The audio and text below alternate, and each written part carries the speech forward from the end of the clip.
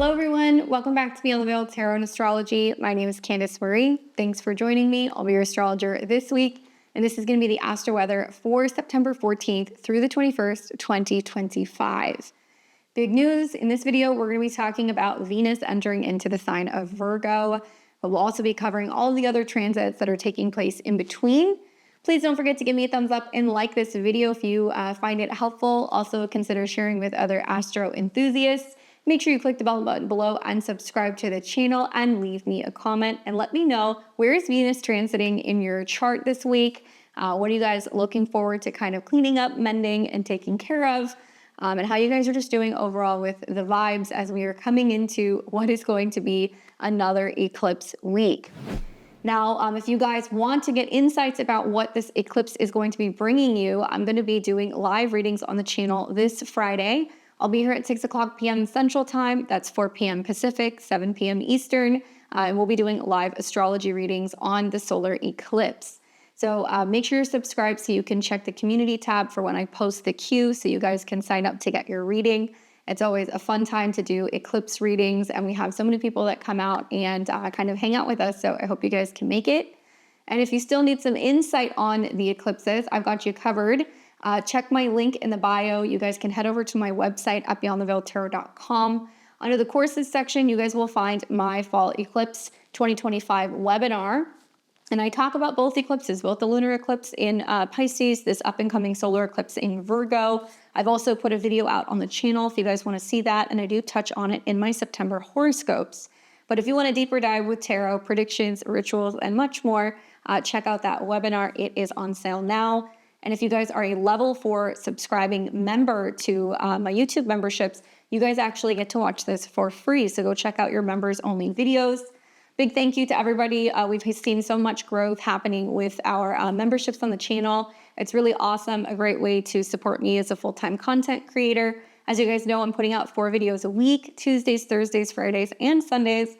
Long form educational content and predictions and lots of assistance for everything in between, all the transits, horoscopes, and everything that you guys need. So thank you for your support, and please consider joining my memberships to see all of the perks and the benefits that we have to offer on the channel.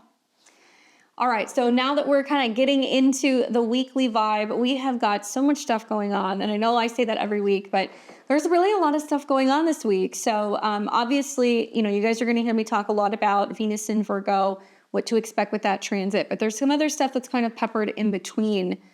We are going to see Mercury continue to move through Virgo, and it will come into an opposition with Saturn in Pisces.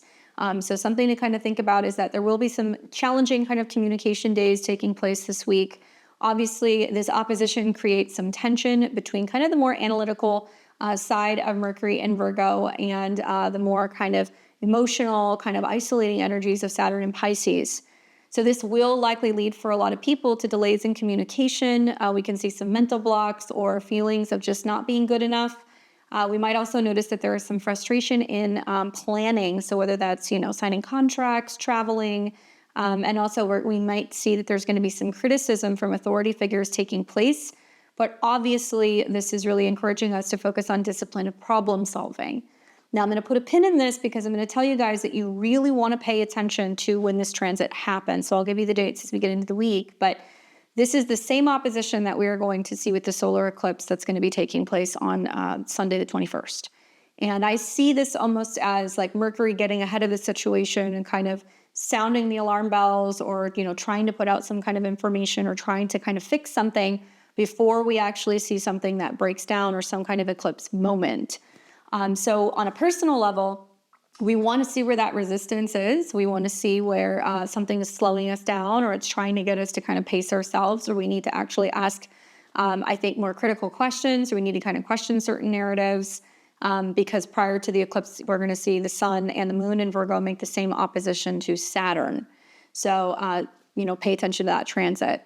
Now, shortly after, Mercury will then enter into Libra. We'll see that this week, which I feel like is going to be a little bit, more beneficial, especially with some of the air trines that we're going to see. Obviously, we're still dealing with Mercury that's coming out of its opposition with Saturn. It's going to be opposing Neptune.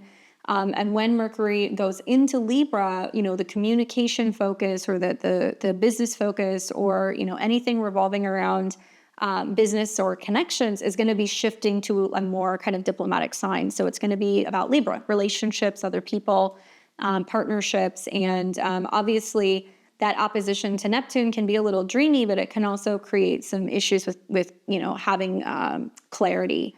And there could be issues with like truth, and it can bring confusion and perhaps even idealism to relationships and relationship decisions.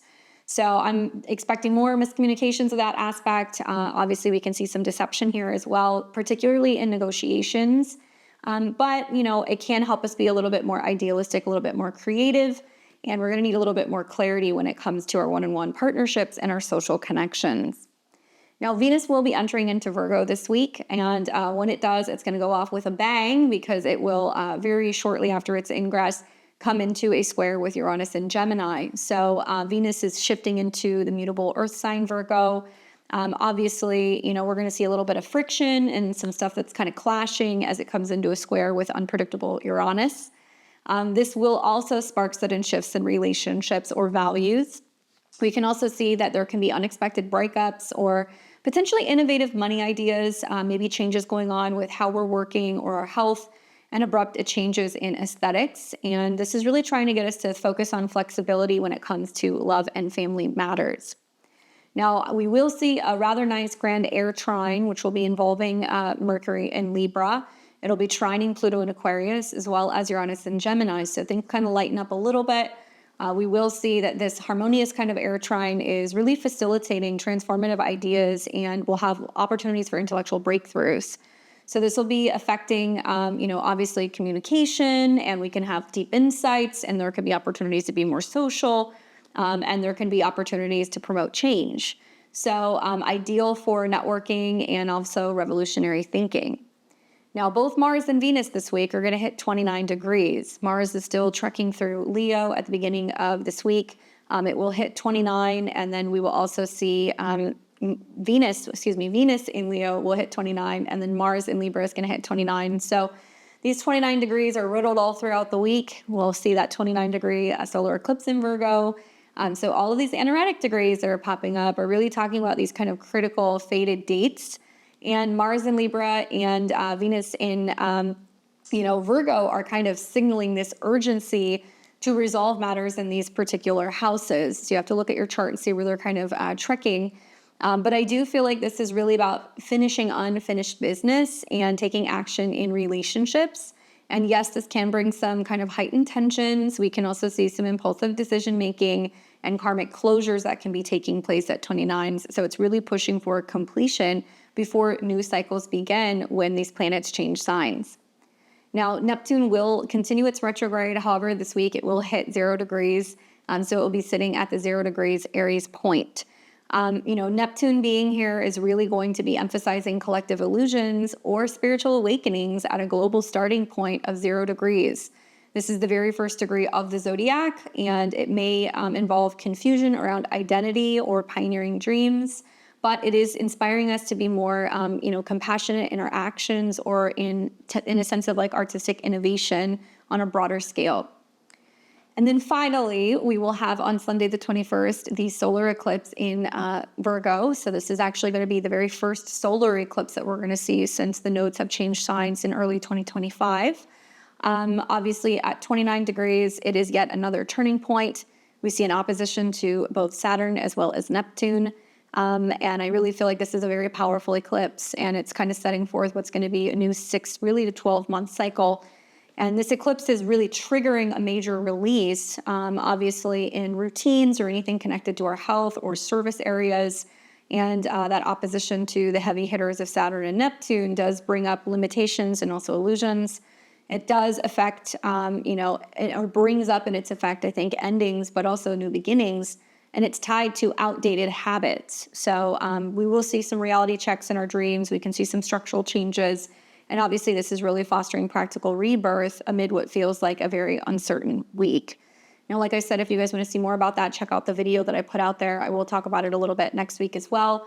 But you don't have to wait for Sunday to hit to feel the effects of the eclipses. We have actually been in eclipse season since the 7th when we had a lunar eclipse in Pisces. So some of you guys are already starting to see those new beginnings that are emerging. However, I think that this week is really prominent because we see that Mercury-Saturn opposition prior to the solar eclipse coming in. So there's almost like something that we want to do, but we need more information, or we need more facts, or we need better planning before we take some kind of action. So I never recommend making any real big moves during a eclipse of any kind. Even though it's a new moon, it's an eclipse and something is getting phased out. So likely you guys are going to want to wait maybe a day or two after the eclipse to set some of your intentions, kind of let the dust settle a little bit, and we'll talk about that next week. So on to the key transit for this video, which is Venus entering into the sign of Virgo. Well, Virgos and Virgo risings, I think you guys earned this one in the midst of so many, changes going on with an eclipse in your sign and planets moving through the South Node. I feel like this is going to be a great transit for you. I also feel like it is going to be impacting my Taurus and my Libra risings pretty prominently because your chart ruler is on the move. So you guys are going to want to pay attention if you have any particular planets in Virgo, as Venus will be making a transit. And Venus is a benefic. She is obviously nice and sweet. Now, from September 19th through October 13th, 2025, Venus will be moving through this particular sign. In astrology, Venus symbolizes love. She's connected to beauty, harmony, values, pleasure, relationships, as well as our finances. So she governs over how we attract and how we appreciate things, people, places. And this is also about kind of connecting emotionally and how we handle material comforts. So with Venus in Virgo, Venus here really expresses love through practical acts and service. This is about paying attention to detail and also, helpful gestures like organizing a partner's space or preparing healthy meals. However, Venus is in its fall here. So Venus does not entirely like being in this particular sign. It can be a little challenging, and Venus can become a little overly critical, or she can become a bit of like a perfectionist when she is in Virgo.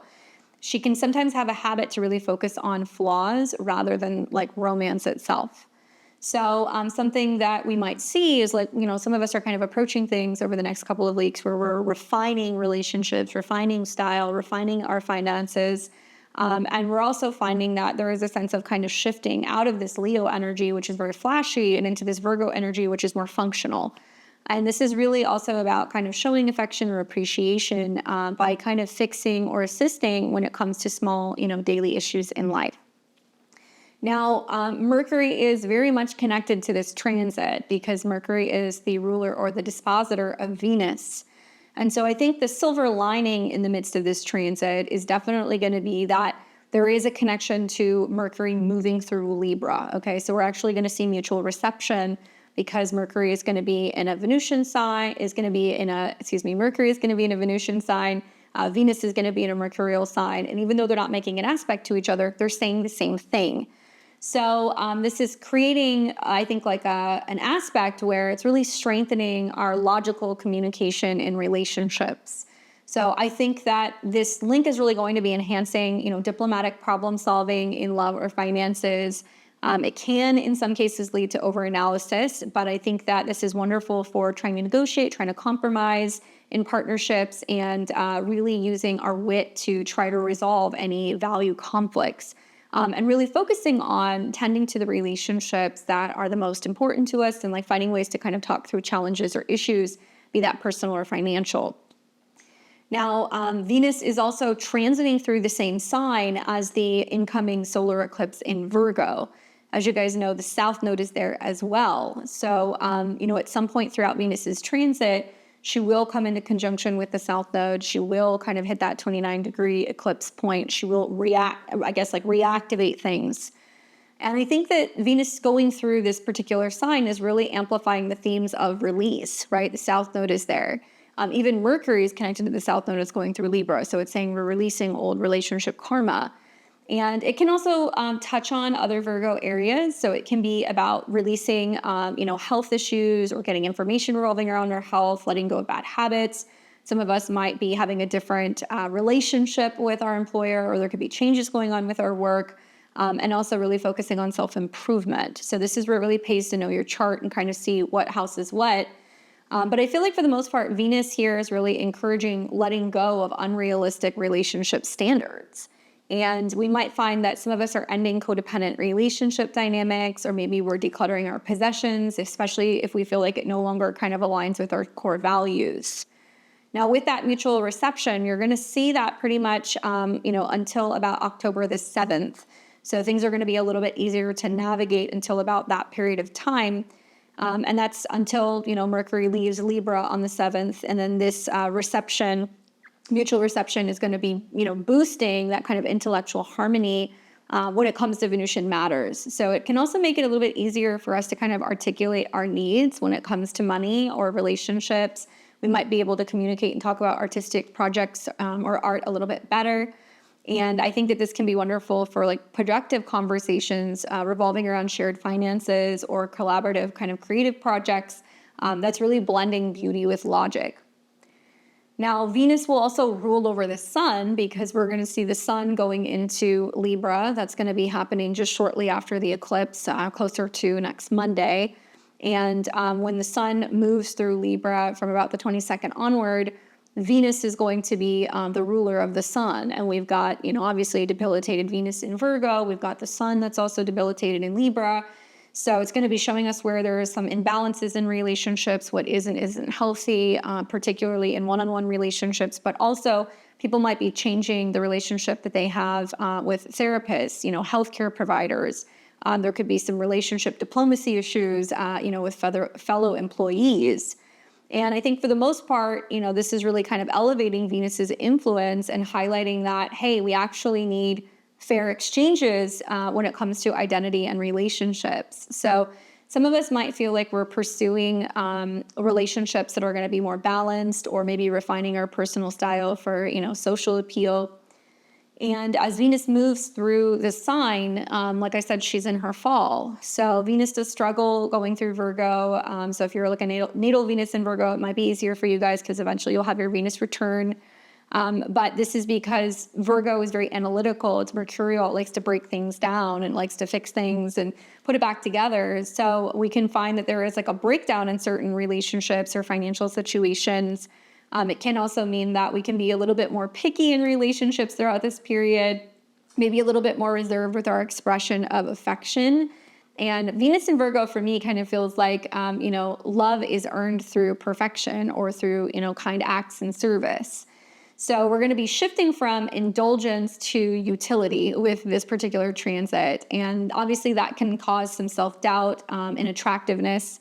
We could find that maybe we're kind of critiquing, a date's habits instead of enjoying the moment, or maybe investing in practical beauty routines like skincare regimens over kind of like lavish spa days. Now, what you guys want to watch for is just perfectionist tendencies that's straining relationships. I think that is a big one. I think we're already seeing that with the South Node and the Sun and Mercury having been in Virgo. It's been a theme. I've been hearing from a lot of clients and people who have been talking to me about this, that there's just this wrong with that person, or that's wrong with that person, or they're not working, or they're not perfect. And some of you guys might be feeling like you're the ones critiquing others, or you're the one who's kind of like in the hot seat this week. So I would watch for that, that we can be a little bit more particular. Also, we can find that there can be health concerns that can kind of come up that can be tied to stress or diet. That can definitely be a theme. Unexpected financial fluctuations, especially because Venus is going through a mutable sign. Even though Virgo is pretty grounded and practical, right off the bat, we will see Venus square Uranus in Gemini. And also watch for like overthinking pleasure or feeling guilty or feeling bad about pleasure. That can definitely be a theme with Venus in Virgo. Watch for criticism, masking insecurity, or service turning into like martyrdom. I think that's like another theme that we can kind of see, especially as Venus starts kind of approaching the inevitable opposition to Saturn and Neptune down the road. Now, to best work with this transit, I think that this is about really embracing acts of service as a love language, or talking about your love language and finding out with you and your partner, how you guys want to be loved, how you show love, and really kind of helping find ways to kind of better support one another. Because a lot of this is about helping others practically, but it's about being detached from any expectation. And I think that's kind of the hang up with Venus in Virgo, is that sometimes they will give. And then there is this tendency of being like, well, I'm not getting anything returned, and they can kind of feel depleted. So I would be focusing on self-improvement, through routines. So you can do things like journaling, your values, or budgeting kind of more mindfully. Obviously, ground creativity in the details, such as crafting useful art or nurturing plants or cooking. These can be wonderful ways to kind of work with that. Virgo can be everything from our office space to our coworkers. It could also be about anything connecting to gyms or wellness. Our pets, like our little fur babies and stuff. So it can be about kind of nurturing, kind of spoiling them a little bit throughout the transit as well. Now, remember that letting go is going to be a theme, not only because we're in the midst of, what's going to be a solar eclipse. We've got Venus that's tied to the same sign as the South Node. We've got planets that are going to oppose Saturn. That separation feeling or that kind of longing for something, I think is inevitable this week. And with that South Node and the eclipse in Virgo, the Venus transit is really highlighting we're releasing outdated patterns in service, criticism, or overwork. And Venus here, I think, is really urging us to detach from some of these ideals in love that just aren't making sense, aren't working, aren't healthy, and also making space for healthier dynamics that are yet to come. As for kind of global and personal predictions, it's possible with Venus going through Virgo, we're going to see some shifts towards, practical economics. We might hear people talking about sustainable fashion or, health-focused policies. That can definitely be a theme. Venus is also connected to women and like femininity. So it could be prominent women, that are kind of, making headlines when it comes to healthcare or when it comes to service. And I would say for, other things, we could see the potential for relationship reevaluations amid some really kind of stressed out kind of societal dynamics that are kind of going on currently. Polarity is like a huge theme that you guys are going to see this week and next week, both with the solar eclipse, but also planets opposing Saturn and Neptune. It's like that separation and then the isolation. And really, as we are coming into next week, what's going to be the fall equinox here in the Northern Hemisphere, it's really asking us and encouraging us to focus on open lines of communication and building community and working with other people, because if we don't do that, we're going to fall into the trap of the Sun in Libra opposing Saturn in Pisces and Neptune in Aries, where we're going to feel more kind of isolated and more of like an outsider. So, there's pros and cons of that transit. But I would say personally, I would be focusing on, refining your daily habits. And I think this is about really love being expressed through helpfulness. And we can find that challenges may arise in feeling good enough. But growth really comes from embracing imperfection in connections and also self-worth. And I think that's going to be a lot of the realizations that we're kind of having this and next week. Now, I'm going to go through some of the dates of Venus in Virgo that you guys are going to want to watch for. I do put those down below in the comment section. So there's going to be a date for all of the more important Venus in Virgo transits. And then also you're going to see all of the transits that are going to be happening for the weekly astrology for astro weather. So definitely save those, or you guys can kind of reference those or put those in your calendar. And if you're looking for a personalized astrology calendar, that's going to give you all of the transits for the next 12 months, how it's impacting your personal chart and giving you some insight into each meaning. Check out my personalized digital calendar. I have it for Apple iCal. It's also, it fits right into your calendar for your iPhone. And it also works with Google Calendar, and you guys can find that on my website. All right, so on September 19th is when Venus is going to be entering into Virgo. So it will happen this week, but you're going to see a lot of the dates that I'm giving you don't really have anything to do with this week. And it will be there from September 19th through October 13th, 2025. So let's go ahead and scan ahead to the 19th. And something that I noticed is when Venus ingresses, Venus is going to ingress with the moon, okay? So we're going to see Venus at 29, we're going to see the moon at 29, and then they're both going to enter into Virgo at the same time. That's conjunct Regulus, so it's obviously going to be connected to something revolving around royalty, the royal family. It could have connections to celebrities, to stars, people who are really well known. Obviously, that is the kind of infamous 29 degrees of Donald Trump's chart, so I'm wondering if there's going to be something going on with Donald Trump around the 19th and, making some kind of really significant announcement or like wanting to be seen in some way. And with this ingress getting ready to dip into Virgo, when that happens, Mercury is going to be obviously kind of running the show. And there's going to be a connection here to a call for working together, coming together, diplomacy. But there could also be lots of conversations revolving around, financial changes and, regulations or decisions that are being made revolving around economic policies and partnerships and announcements or agreements. So I would be kind of watching for that. But when Venus enters Virgo, she's going to kind of do it with a bang. So we're going to see a mere couple hours later, the moon and Venus are going to move together. So then that is going to be connected to Mercury. And Mercury will be second house to Venus and the moon. So I do think that it could be a strong period for like negotiating like new relationships, especially professionally or kind of work related. I think that this ingress is nice and it's definitely going to catch our attention. There's going to be something that's kind of going on in the world because of that trigger from the moon. That's going to be about really focusing on, on tending to our health, tending to relationships, that kind of stuff. And, it's gentle. Venus and the moon are very nice together. It is a little introspective.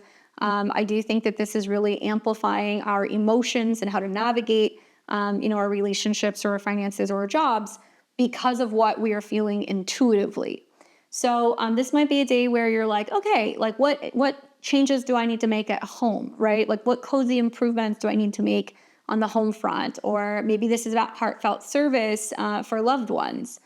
So watch that kind of first ingress. I think it's going to be very interesting. I'm almost curious what the Sabian symbol is, to be honest with you, for Virgo 1. I didn't even look at it. A man's head, character, integrity. The symbol speaks to high character, distinction, and personal integrity. The image of a man's head symbolizes intellectual and moral maturity and the ability to discern right from wrong. It also alludes to the leadership and ambition. The implication here is of high character and maturity manifests outwardly in consistency, dependability, and acceptance of responsibility of personal actions. The emphasis in the symbol is being willing to pay the price demanded for high rewards in life. At its highest, it represents wisdom, conscientiousness, and self-confidence, and clearly defined objectives. Watch for excessive pride or a tendency to bite off more than can be chewed. Okay, so the accent is on integrity. Ethical issues may take the spotlight as they may conflict with pride and ambition. Your greatest advantage lies in having the courage to live up to your principles and accept responsibility for your acts and decisions. Guard against sacrificing your principles in order to save face or achieve some goal at any cost. Pride goes before a fall. We'll see what happens. I think there's going to be a lot of talk about pride and humility, especially as we're kind of going from like Virgo to kind of like Libra season and, what it means to actually like show up in a relationship or show up for a job and like have pride in what we're doing or really, genuinely stay and support other people through what can feel like a difficult time. Shortly after that, the next day, and you will probably feel this on the 19th, but it won't actually perfect until the 20th. But we will then have Venus come into a square with Uranus. And that's going to be at a 1. So that'll be on the 20th. And I'm just going to say this because, I don't want to get political, but I am in the game of making kind of predictions, and then I follow up. And a lot of you guys have been talking to on X over this last week. If you're not following me, go and follow me at BTB Astro.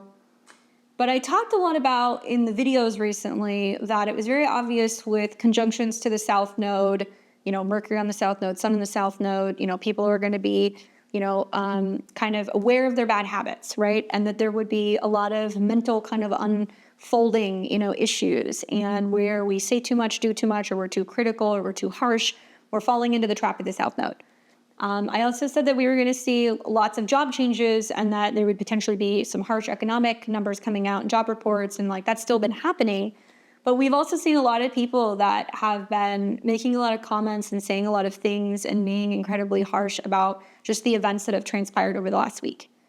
And it's very disheartening to kind of see this happen. And unfortunately, this is, I think, the darker side of the South Node, where it did literally materialize as people losing their jobs. As many of you guys know, the South Node, Sun, Mercury, it seems to have manifested as somebody who was a media personality. Charlie Kirk passed away. He was killed. Okay, if you don't know that, you live under a rock. And with that South Node conjunction at 18 degrees, we have seen a lot of people who have been very vocal on the internet and people who have been talking about, whether they loved him and supported him, or, people who disliked him and didn't agree with his political views. Regardless of where you stand on the matter, it's very, very, very sad to see that we're in a dynamic now where, people are now going back and forth and arguing on the internet, and things are being made up, and now people are becoming more hateful to the point where people are contacting businesses and employers and stuff, and people are getting fired. I'm kind of like neutral on it. I kind of feel like the South Node is, it's going to give you whatever you put into a situation, you get out of it. And a lot of people have been kind of parroting that, across the board, whether it's people losing their jobs or ultimately what happened to Charlie. But this is the ugly side of the South Node. So you guys need to know that when we start to see the Venus square Uranus, we're not out of this period yet. Things that people have said on Twitter, on social media, or on Facebook are still going to come up and they're going to get checked. Things that certain personalities or people who are in media or who are news hosts or anchors, are also going to get checked. And we have seen TMZ get just crushed for some of their really bad behavior and blatantly pointed out lies about the fact that they were laughing when this took place, claiming they were watching a car chase when it was never happening. Somebody went and looked at the timestamps. They were laughing at the assassination of Charlie. And also when we see people coming out on mainstream media that are saying blatant lies about him. Once again, don't want to get political, but I think it's just really sad. And I've seen it also play out on my own page and with other people who are now turning this into a situation where it's about, well, he said this, so he deserved it. Or, Stephen King going and saying that, and walking back statements, by the way, saying that, Charlie had made certain references to, people's sexual orientation and what they deserve, things he never said, that he has now walked back. So I want everybody to be very mindful of what shakes out during this Venus transit. I want everybody to be very mindful of what shakes out during this next week, because we are going to see that there is probably going to be more fallout for some of the things, the blatantly horrible and I think emotionless comments and things that could be said. Like, people are getting doxxed on the internet. So it will continue. When Venus squares Uranus is when we see that falling out. And I said everything that I said primarily because this is where your job, right, your livelihood, Venus in Virgo, is being challenged because of things you wrote about, spoke about, said. This could also be where there's pressure that's kind of coming from relational issues, and then it starts to kind of crack wide open. And, Mercury is connected to both of these. And Mercury is just coming out of a square with Saturn. It's just coming out of a square with Neptune, that opposition. So I could see it as also people being like, well, I never said that. And like, people are trying to wipe comments, or they're trying to delete things, or they're trying to deactivate accounts. But the internet is forever, guys. You say things, people are going to take photos of it. They're going to take pictures of it, And also, if you're also riling up people and you're trying to kind of get other people to kind of get pinned against each other, that's going to kind of get seen as well. So polarity is alive and well this week when you look at some of the oppositions that are taking place. And then you also see we're coming into the solar eclipse, and Venus is squaring Uranus. So across the board, I'm seeing disruptions in relationships. It's all over this chart. And there is going to be a lot of people who I think are being called on the mat about being like, did you say this? Did you do this? Not even in a work sense or in regards to the topic that I was talking about, but it could be, whether or not somebody's being honest in a relationship, whether or not somebody is lying about, sliding into DMs, or whether or not somebody is going to come clean about the fact that, they have not been, honest with somebody or committed to someone. It could also be that lack of self-awareness with Saturn and Neptune conjunct, of people not being aware of what they're doing, their behavior, and what they're projecting, and like stirring the pot. And so what Mercury is trying to do, what Venus is trying to do, is they're trying to kind of fix things, but it's hard to fix things when you're dealing with people, Saturn and Neptune conjunct, that are unwilling to take responsibility. They know no bounds with Saturn retrograde in Pisces. And Neptune is going to play the victim when in reality, sometimes they're the ones stirring the pot. Well, they're the ones taking action. Why? Look at Mars. Mars is at 29 degrees of Libra. So it's a lot of like, you're stirring it, and you're creating conflict, and you're incentivizing, anger and hostility and hate and violence. But then you want to be like, thoughts and prayers for you, right? because we've seen all the politicians doing that this last week. The very people who are actually instigating a lot of this rhetoric and a lot of this behavior. It's really, really disappointing. There is a trickle effect that's happening where now that's starting to impact other people. And when we lose the ability to sit down and debate in a respectful manner, to respectfully disagree, but talk about it, that's when we start to see this kind of behavior. That's when we start to see anger and violence. That's when we also start to see more polarization and I think division, and it's making it incredibly difficult to actually be able to find diplomacy in the midst of some of these transits.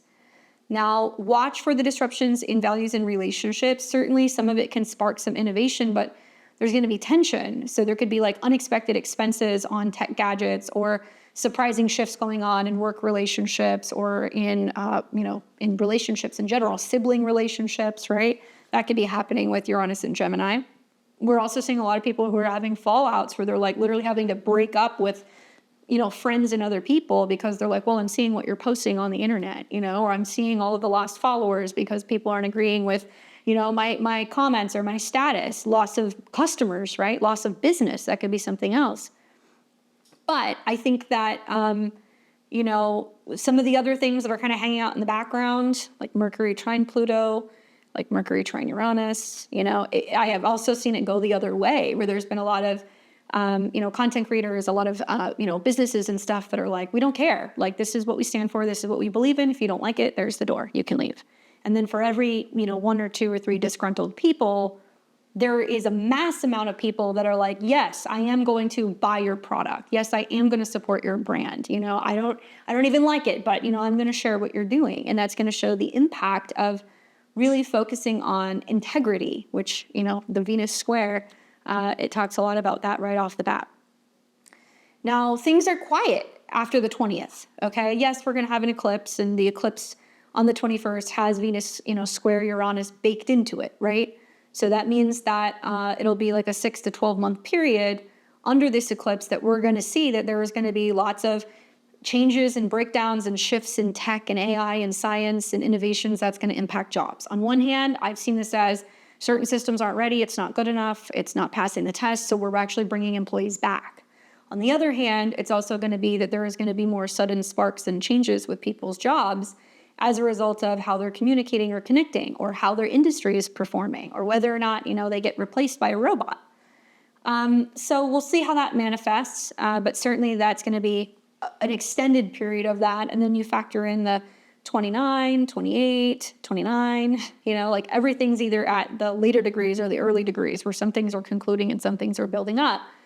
And I have affectionately referred to this eclipse as the beginning of the end, right? Because that's what it is. When we see oppositions to Saturn, something breaks down.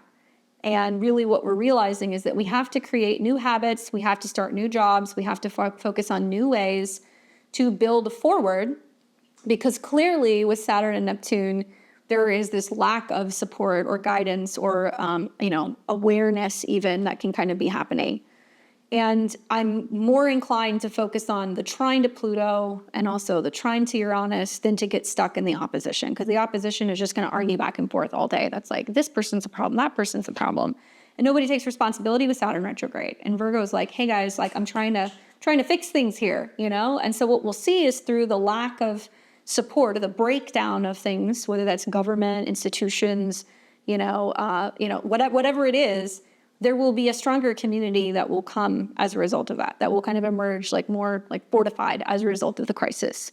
And simultaneously, there's going to be, new media, new communications, new ideas, new ways of getting around. But it's a pretty gnarly eclipse. So if you guys haven't seen me talk about it, go watch some of those videos. All right, so things are pretty quiet until the 4th. And when we get to the 4th of October, this is when we see Venus conjunct the South Node. Now, guys, I've talked about this a lot. And I've been pretty scary accurate with the degree astrology. And you guys know that 18 degrees is not a positive degree, okay? Particularly in Virgo. When Mars was conjunct the South Node, I believe it was at 18 degrees-ish, 18 or 19. When the Sun and Mercury, which just recently conjunct the South Node, the day that we had that unfortunate event, it was at 18 degrees, okay? Sun being a man, identity, some kind of leader, somebody in the spotlight. Obviously, he was Sun Mercury. He was in media. He was a podcaster. He was somebody who was also, very opinionated, obviously, about some of his philosophies and his beliefs. He spoke about it. He talked about it. He was also somebody who was an advocate for free speech, among other things. And so with Venus hitting the South Node, it's going to mirror some of the same stuff. So we have to kind of go, well, what is it going to be? Venus is connected to the sun. The sun is at 11 degrees, which is going to be about some kind of, breaking apart or kind of chaos in a situation regarding a relationship. We are also going to see Mercury, which is like the dispositor here, is going to be at 27 degrees. So, does some woman make some kind of prominent, spotlight of losing her job, stepping down from her position, somebody who's a civil servant or a politician? Perhaps, maybe. It definitely spells out bad news for health and relationships, so I can tell you that. And when this conjunction happens, the moon is going to be approaching a connection to the North Node while Venus is hitting the South Node. So this does look to me like a period of some kind of mourning or loss or grief that's going to be happening as a result of someone or something that we lose. Mercury is also, connected to Venus and it opposes Chiron. So there's going to be some like wounded, communications or discussions or talking about like loss or grief in relationships. Now, the South Node is like the pit that we can fall into, but it can also represent that this is like dealing with the past. So, past relationships can come back. People can call, they can reach out to you, they can try to connect with you. We may reconnect with old coworkers, people who we've kind of worked with in the past, old clients even maybe. And this is about a karmic release in relationships and things that are not healthy or not like savory with Venus conjunct the South Node. Not only is it at 18 degrees, but it is in Virgo and the South Node is there. That's a triple threat, in my opinion. So this is a time where we have to go, you know what? I have to let this go and it's not good for me or it's not healthy. And, this karmic release is somehow tied to either a relationship or self-worth and letting go of those past patterns. So you might end a draining alliance or maybe be decluttering sentimental items that like no longer serve you, right? That's kind of the feeling that I'm getting. And with that moon hitting the North Node ruled by Jupiter, great time to clean out closets. That's how I'm going to use it. Cleaning out closets. But 18 degrees Virgo, which we will round up to 19.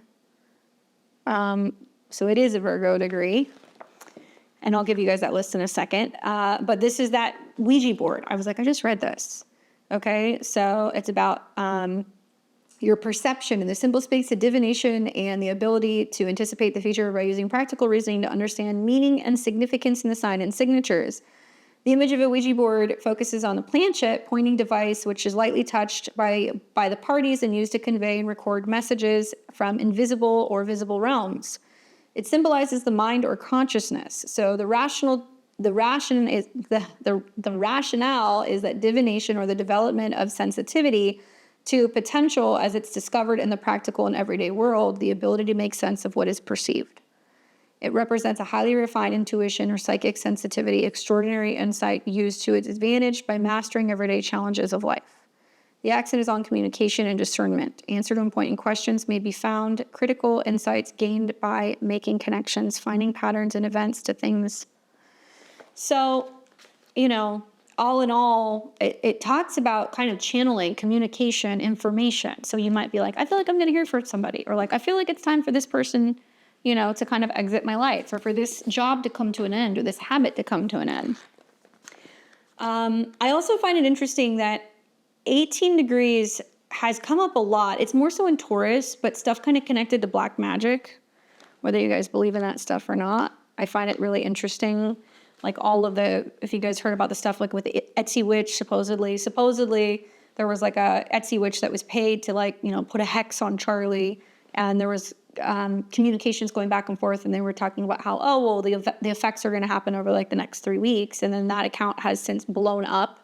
Then you hear a lot of people going, oh my God, that's crazy. And then there's people who are like, they should be questioned. And then there's people like, are they still taking orders? It's just the irony. But 18 degrees Virgo in degree theory.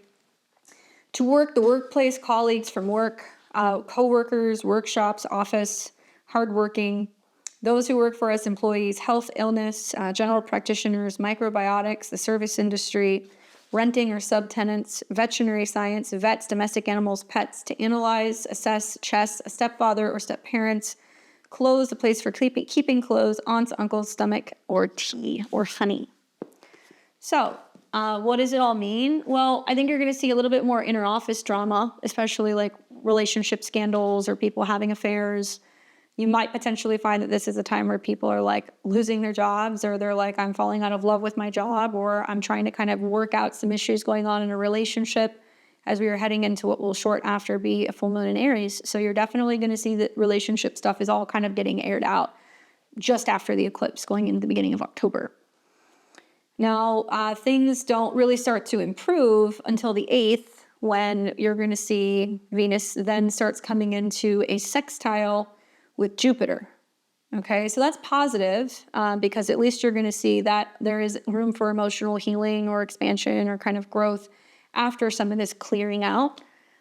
So it's a harmonious kind of expansion and emotional security and abundance, but also through service, right? Venus and Virgo. So I'm thinking like generous family gatherings, support from families who are going through health challenges, or if there could be changes going on with their jobs. Maybe lucky financial tips are kind of coming from family, connections, or from realtors. I could see Venus and Virgo being the kind of realtors that are talking about, there's opportunities coming. They're going to cut rates. You might be able to buy a house or sell your house. So certainly that could be kind of coming up. And it does improve what has felt like a little bit of like a rocky Venus transit. On the 9th, we're going to see Venus in conjunct or quincunx Chiron, and that'll be at 25. So that's more connecting to like our actions. And it's just like an uncomfortable angle where, maybe we're aware now of like where we've been indulging a little bit too much and how it's been impacting or affecting our health or our habits, or where we're overworking or overly critical, of ourselves. That's being projected in relationships and causing some relational issues. So really when we see it in conjunctions, adjustments are needed for healing. And this is like healing wounds around independence and values. So this is a time where we're going to be addressing, insecurities and being a little bit more aware of where we're being, too assertive. And we're really trying to focus on negotiating better self-care and better boundaries. And then what you're going to see on the 12th is then Venus comes in for the opposition with Saturn. Now, I'm assuming this is going to be something very similar to what we see with this week's, Mercury in opposition to Saturn, with the solar eclipses opposition to Saturn. Like in many ways, it's showing us where there is this invisible blockage, right? Like where there's something that's getting in the way or holding us back. It's like this invisible wall.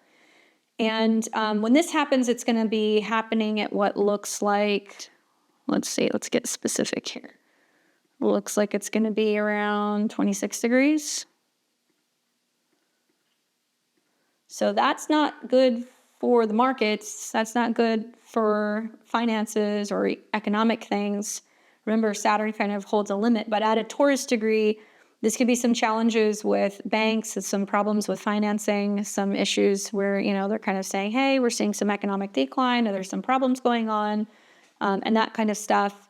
And it's at a Taurus degree. So, with Venus in opposition to Saturn, we see restrictions in relationships, and we see that, it's really emphasizing that there can be also like commitment amid illusions, because it's also building into an opposition with Neptune. Now, there could be serious talks about long-term goals, and where you see yourself going, but also it could feel very limited in regards to creative pursuits. So this is not the best day to be like, oh, I'm making a big, investment or purchase, or I'm, buying luxury goods, or I'm having a relationship conversation. This is a time to kind of just observe what is and is not working. Now, after that, we will see on the 13th, Venus will hit 29 degrees. So it will hit the solar eclipse in Virgo degree. So I think you will see like a return, or like some of the same themes kind of connected to the solar eclipse are going to like reappear. Obviously, critical 29 means that we're kind of getting ready to wrap something up before Venus goes into its home sign, which is going to be in Libra. So, I see that after like the test in relationships, now Venus hits that eclipse degree. So there is this urgent closure that's going to be happening on, Virgo themes, and it's going to intensify because of that eclipse energy. It's really about rebirth. We have to finalize health, a health routine overhaul, or maybe we're finally resolving some of the issues we've had with work, or resolving some of the issues we've had with love. I do think that this is going to be about a lot of people being like, I'm trying to get a job, or I'm trying to get employed, or I'm trying to keep the peace at work. And it feels like it's just kind of difficult to do that. And I hate to kind of say that, but that's just the reality of the situation. Now, when Venus goes into Libra, I do think it's going to be a bit better, because we're going to have Venus going into, obviously, one of her home signs. And when Venus moves into Libra, she's going to make a lot of aspects with outer planets in the sky. So it's a smoother transition into better relationship harmony, diplomacy, balance. Obviously, there is going to be some major boost with Venus trine Pluto, where relationships can be strengthened by talking about or changing or transforming your goals, your community and networking. And Venus will also trine Uranus in Gemini, which is going to allow us to kind of be more innovative in how we're communicating, connecting and learning. So there's going to be lots of room for innovation, transformative boosts. So I think we'll see exciting new social connections and empowering changes in, people's personal lives, but also in their personal aesthetics. So that will definitely be a transit that we're going to watch. Yes, you'll still see some opposition to Neptune, so there can still be some kind of confusion or, not having clarity about where we're going. And Neptune is at 0 degrees. Venus is at 0 degrees. We've got planets that are sitting on some of the cardinal points. So we will likely see some big world events that are kind of happening around that as well. And that'll be the last quarter moon square too. Wow. So there's definitely something big that's kind of shaping up in mid-October. So we'll touch on some of these transits as they kind of come down the road. We'll see what happens. And let's go ahead and get into this week. We're going to talk more about what's taking place on September 14th, 2025 through the 21st. So if you guys are watching this on Sunday, you're a part of my Sunday crew. What's up, guys? Happy Sunday. I hope you're doing well. Let me know what you guys are doing this morning. Are you taking me along with you as you're going for a walk? Are you guys working out? You clean the house? Are you meal prepping? What are you guys drinking? It's nice to hear from you. I've heard from a lot of people this week. It's been interesting. I've had a couple new clients this week that are like, I'm part of your Sunday crew. So it's kind of cool to see that. I always get a good belly laugh out of that. All right, so Sunday, you guys wake up in the morning and the moon is in Gemini. I don't know if you're necessarily up this early. I'm looking at it closer to like 6:30-ish Central Time, but very early in the morning, the moon's going to square the North and the South node. Okay, so there is some stuff going on even before you wake up, most of you, where there is like some karmic stuff that's kind of taking place. And not only is it squaring the node, but the moon is also squaring the sun, so it's the last quarter moon square, and it's squaring Mercury. Thankfully, a lot of this is going to happen before you guys wake up, but when you kind of put it all together, there is a bunch of mutable squares that's saying like, hold on a second, we're trying to focus on communication. Right now, we're just coming off of the Cazimi, so there's a lot of like information communication overload. Whenever the moon and the sun square, it's, especially in this position, it's breaking down and we're preparing for what's going to be next Sunday's solar eclipse. So if you're waking up and you're like, man, what's going on? There's like so many, kind of conversations, and I'm sure part of it's going to be me reading the comment section to this video. But people just, wanting to kind of have their 2 cents, have their perspective, communicate, and communication seems a little difficult, seems a little rigid. Plans may not feel like they're kind of going according to plan today as well. That could be another theme. Now, it looks like the moon is in the square to the sun first thing in the morning, so it's closer to like 5:30 Central Time. Adjust your time zones. I'm Central Time here in Texas, so I don't put time because I don't know where you guys live, so you're gonna have to look at that. But you can always look up here, and you're gonna see the date and the time of some of the transits. But all you need to know is that the moon square the sun, the moon square Mercury, the moon square the nodes, that's all happening before we wake up. So we might be waking up to just like a bunch of different, communication and stuff's kind of all over the place. The moon will come into a square with Saturn, and that looks like that's going to be happening around 5:30-ish p.m. Central Time. And that does represent a little bit of like a emotional kind of limitation, a difficulty kind of communicating, expressing ourselves. There is like a sense of wanting to kind of rest and reflect with Saturn and Pisces, and then the moon in Gemini is like, no, let's go, let's communicate, let's do things, let's learn, and like there's some hesitation there.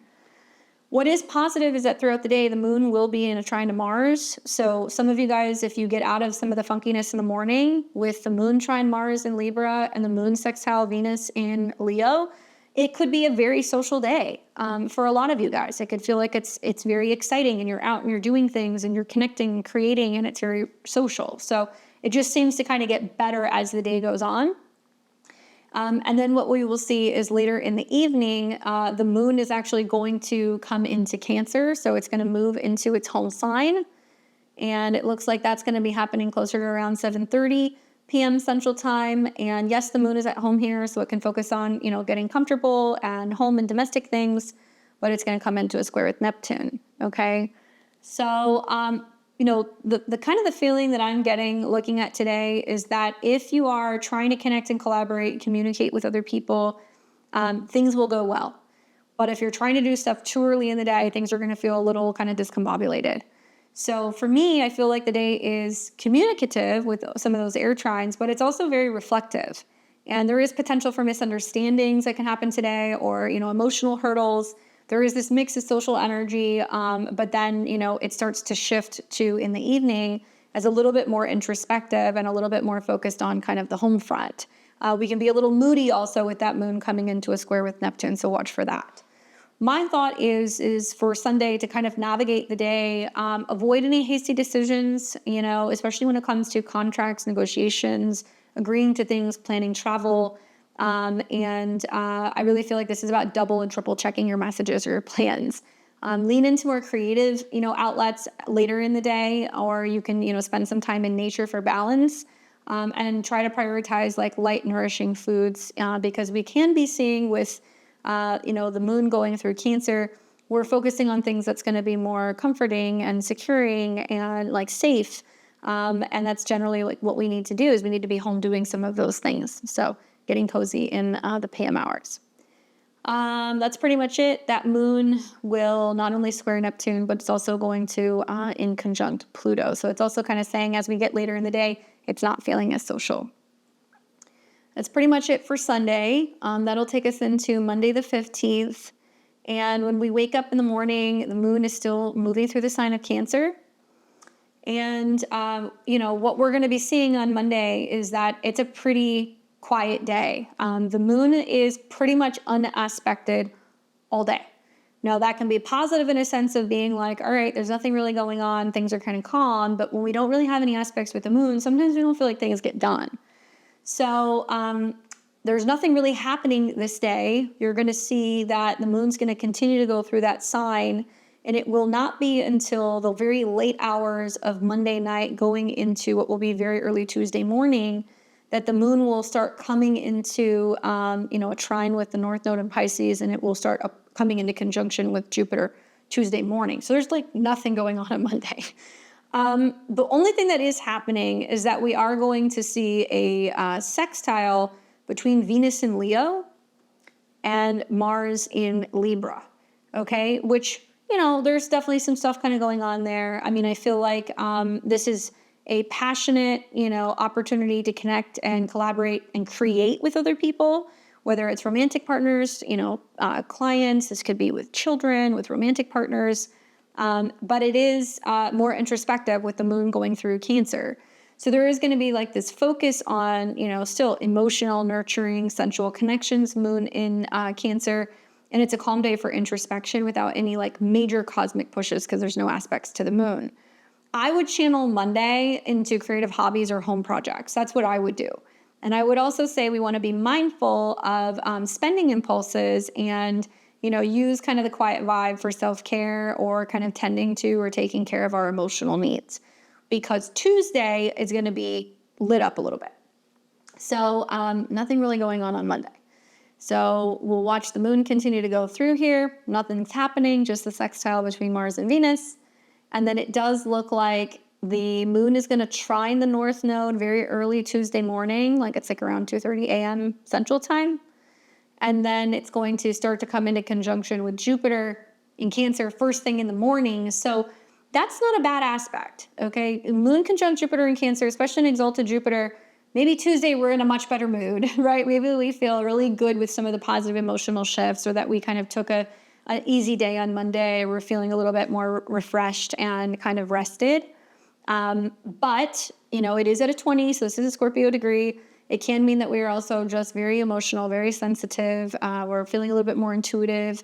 That stuff can kind of happen as well. But with both of these still kind of in a trine to the North Node, I feel like it's more paying attention to our emotions and what we're changing and transforming about ourselves through listening to our emotions, or the changes or the expansion that we're kind of having at home or intuitively.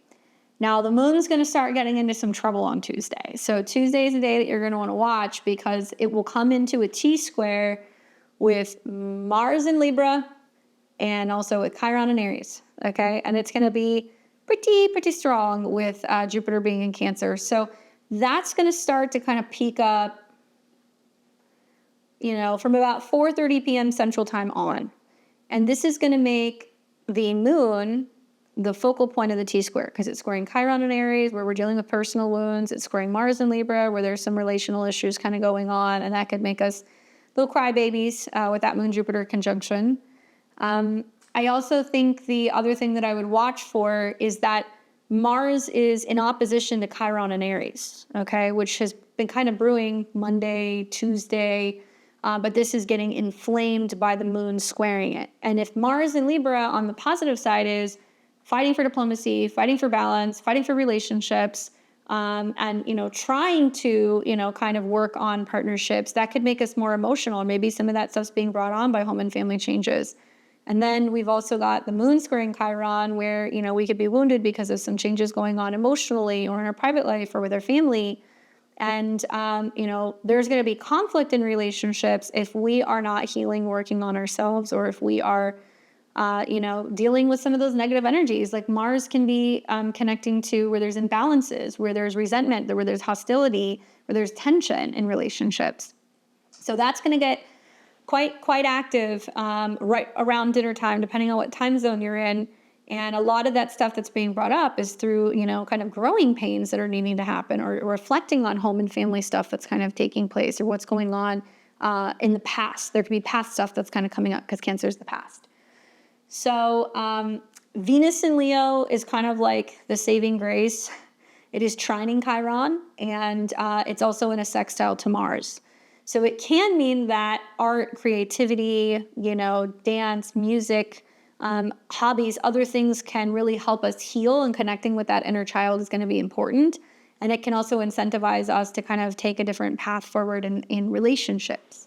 But I think putting it all together, this is a very expansive day for healing, but there is underlining, tension in actions and also in wounds, and there could be opportunities for growth in relationships. However, this will clash with emotional conflicts, and we are going to see that there is kind of like all of the late degree of the cardinal signs are kind of feeling this. So if you have anything, I would say 19 to about 27 degrees of the cardinal signs, watch out for Tuesday. Try to focus on positive family interactions early in the day on Tuesday. Address any insecurities that come up. Try to do it gently through communication, and also avoid arguments by practicing patience in partnerships because they're gonna get tested on Tuesday. Now, as we kind of continue on, it looks like the last square, and the moon will actually square Chiron at 26 and Mars at 26, right around 5:30, almost 6 o'clock Central Time, and then it starts to kind of fade. And then we're going to see the moon move into Leo overnight. So this is going to take us to Wednesday the 17th. And thankfully in the overnight hours, the moon will oppose Pluto. So we're not going to feel some of that emotional intensity. It might still be lingering when we wake up. The moon will also trine Neptune overnight. And that is going to be more kind of inspirational, but we're not many of us are going to get to kind of tap into that.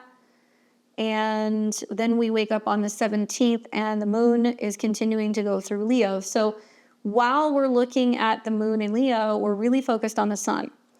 And the sun is still very close to Mercury. So there still is like a lot of chatter about changes with our health, changes with our work, like what are we doing? And if you notice, Mercury is now coming into an opposition with Saturn. So you want to make a note that there's going to be some difficult communication going on Wednesday. Like I almost feel like if there is tension with family relationships on Tuesday, Wednesday is going to materialize as like people not talking to each other or people not being responsive. They're not responding to text messages. You call them, they don't want to talk. They're not ready. I need some space, like that kind of stuff. And people are going to be a little bit more reflective. Definitely in their feelings also at 28 because this is a Cancer degree. And it's also dealing with news regarding health, anything connecting to Virgo. So whether that's doctors, nurses, treatment, Mercury could be education. It could also be Anything kind of connecting to our emotional hangups and not really feeling up to going to work or dealing with work on Wednesday, that can come up. But whenever we see Mercury and Saturn in opposition, it's hard to kind of get the point across or to be able to connect.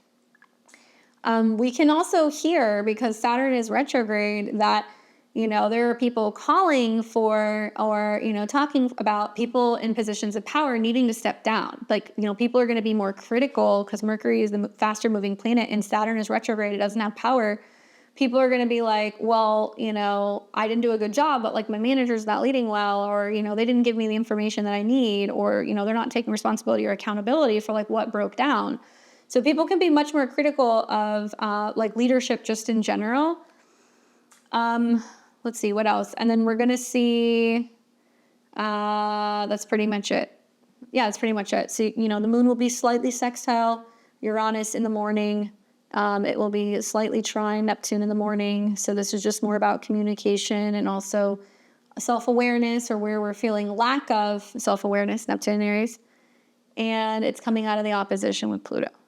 So not much else is happening on Wednesday other than the Mercury Saturn opposition. So Wednesday to me feels like it's very intense, but it's transformative. There can be some creative sparks with the sun going through Leo. I can definitely see that, but there is potential for power struggles and also like feeling kind of like melancholy.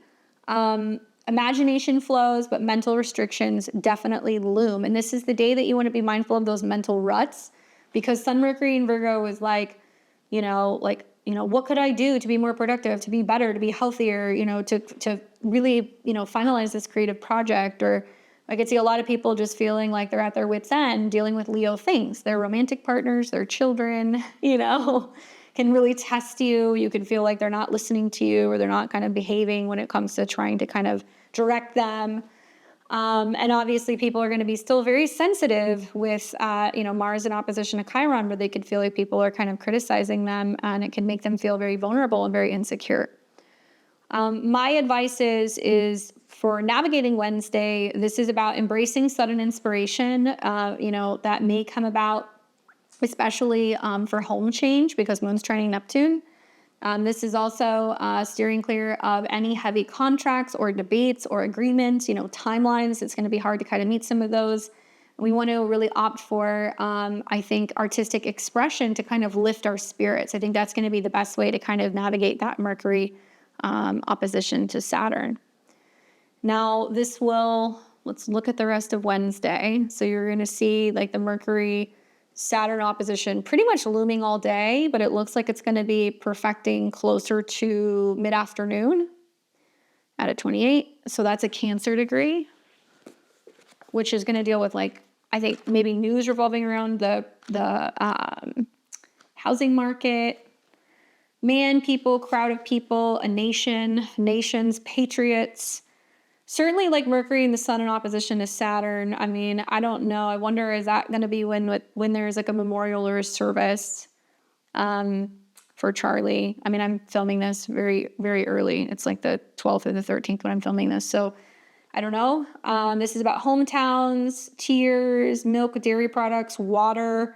So I'd be thinking like, is there any news regarding like health with dairy products, with beers, or any recalls for certain food? I would watch for that. Things connecting to a household or a home, a family, women, mothers, public opinion. So the public opinion is going to be very critical of Saturn. And that's pretty much it.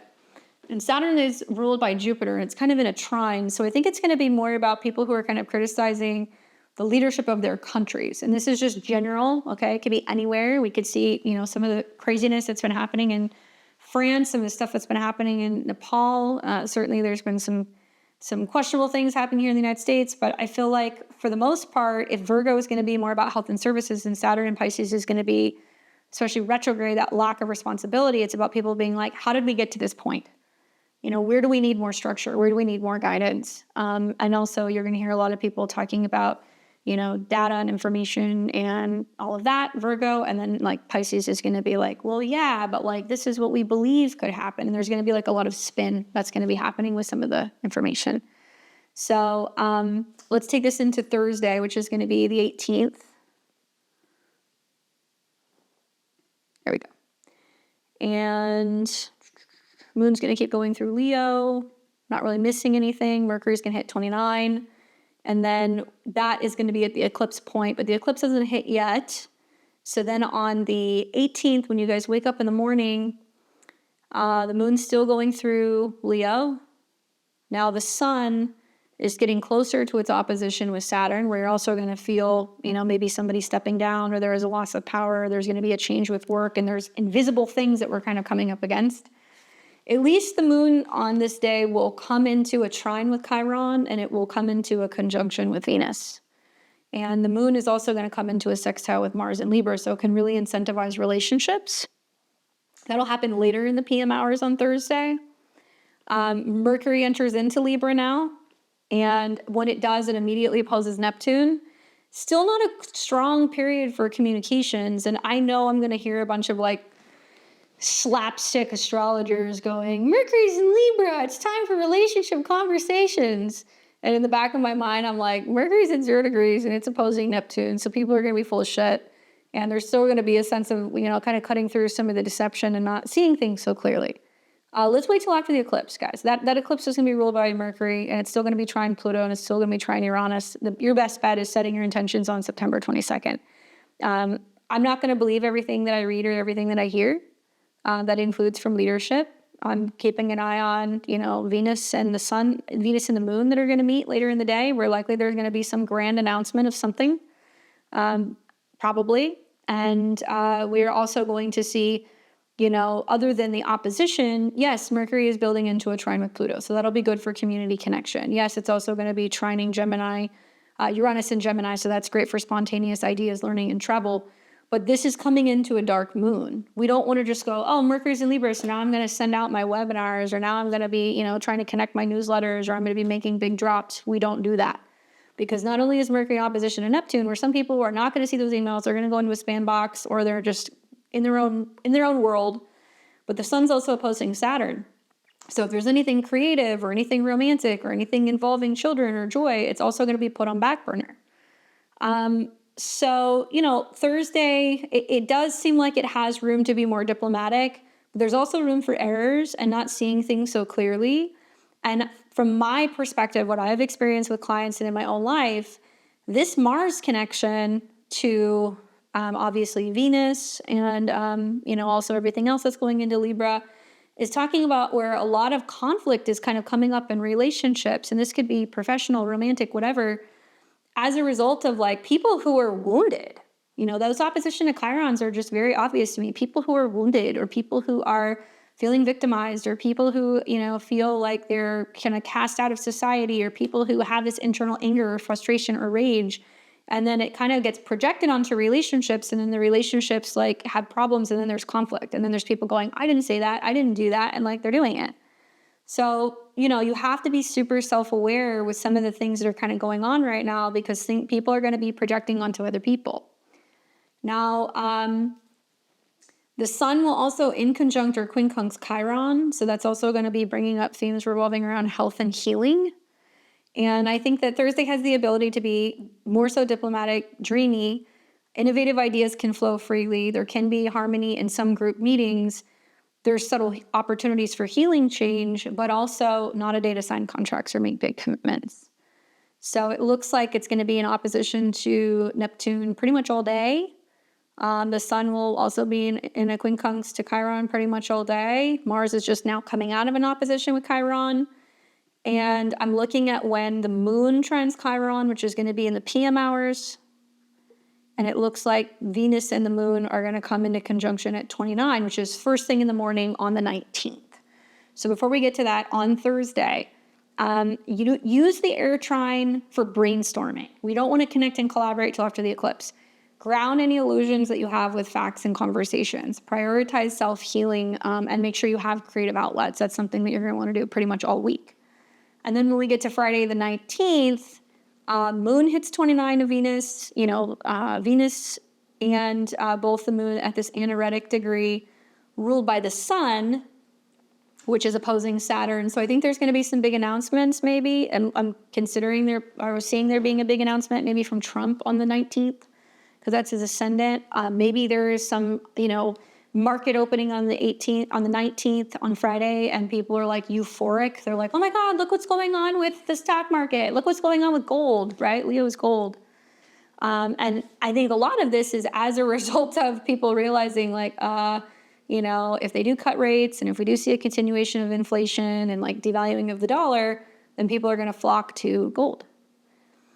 And then Venus and the moon that morning, on Friday morning, will both shift into Virgo. So the moon goes first, then Venus is there, and then we're going to wake up.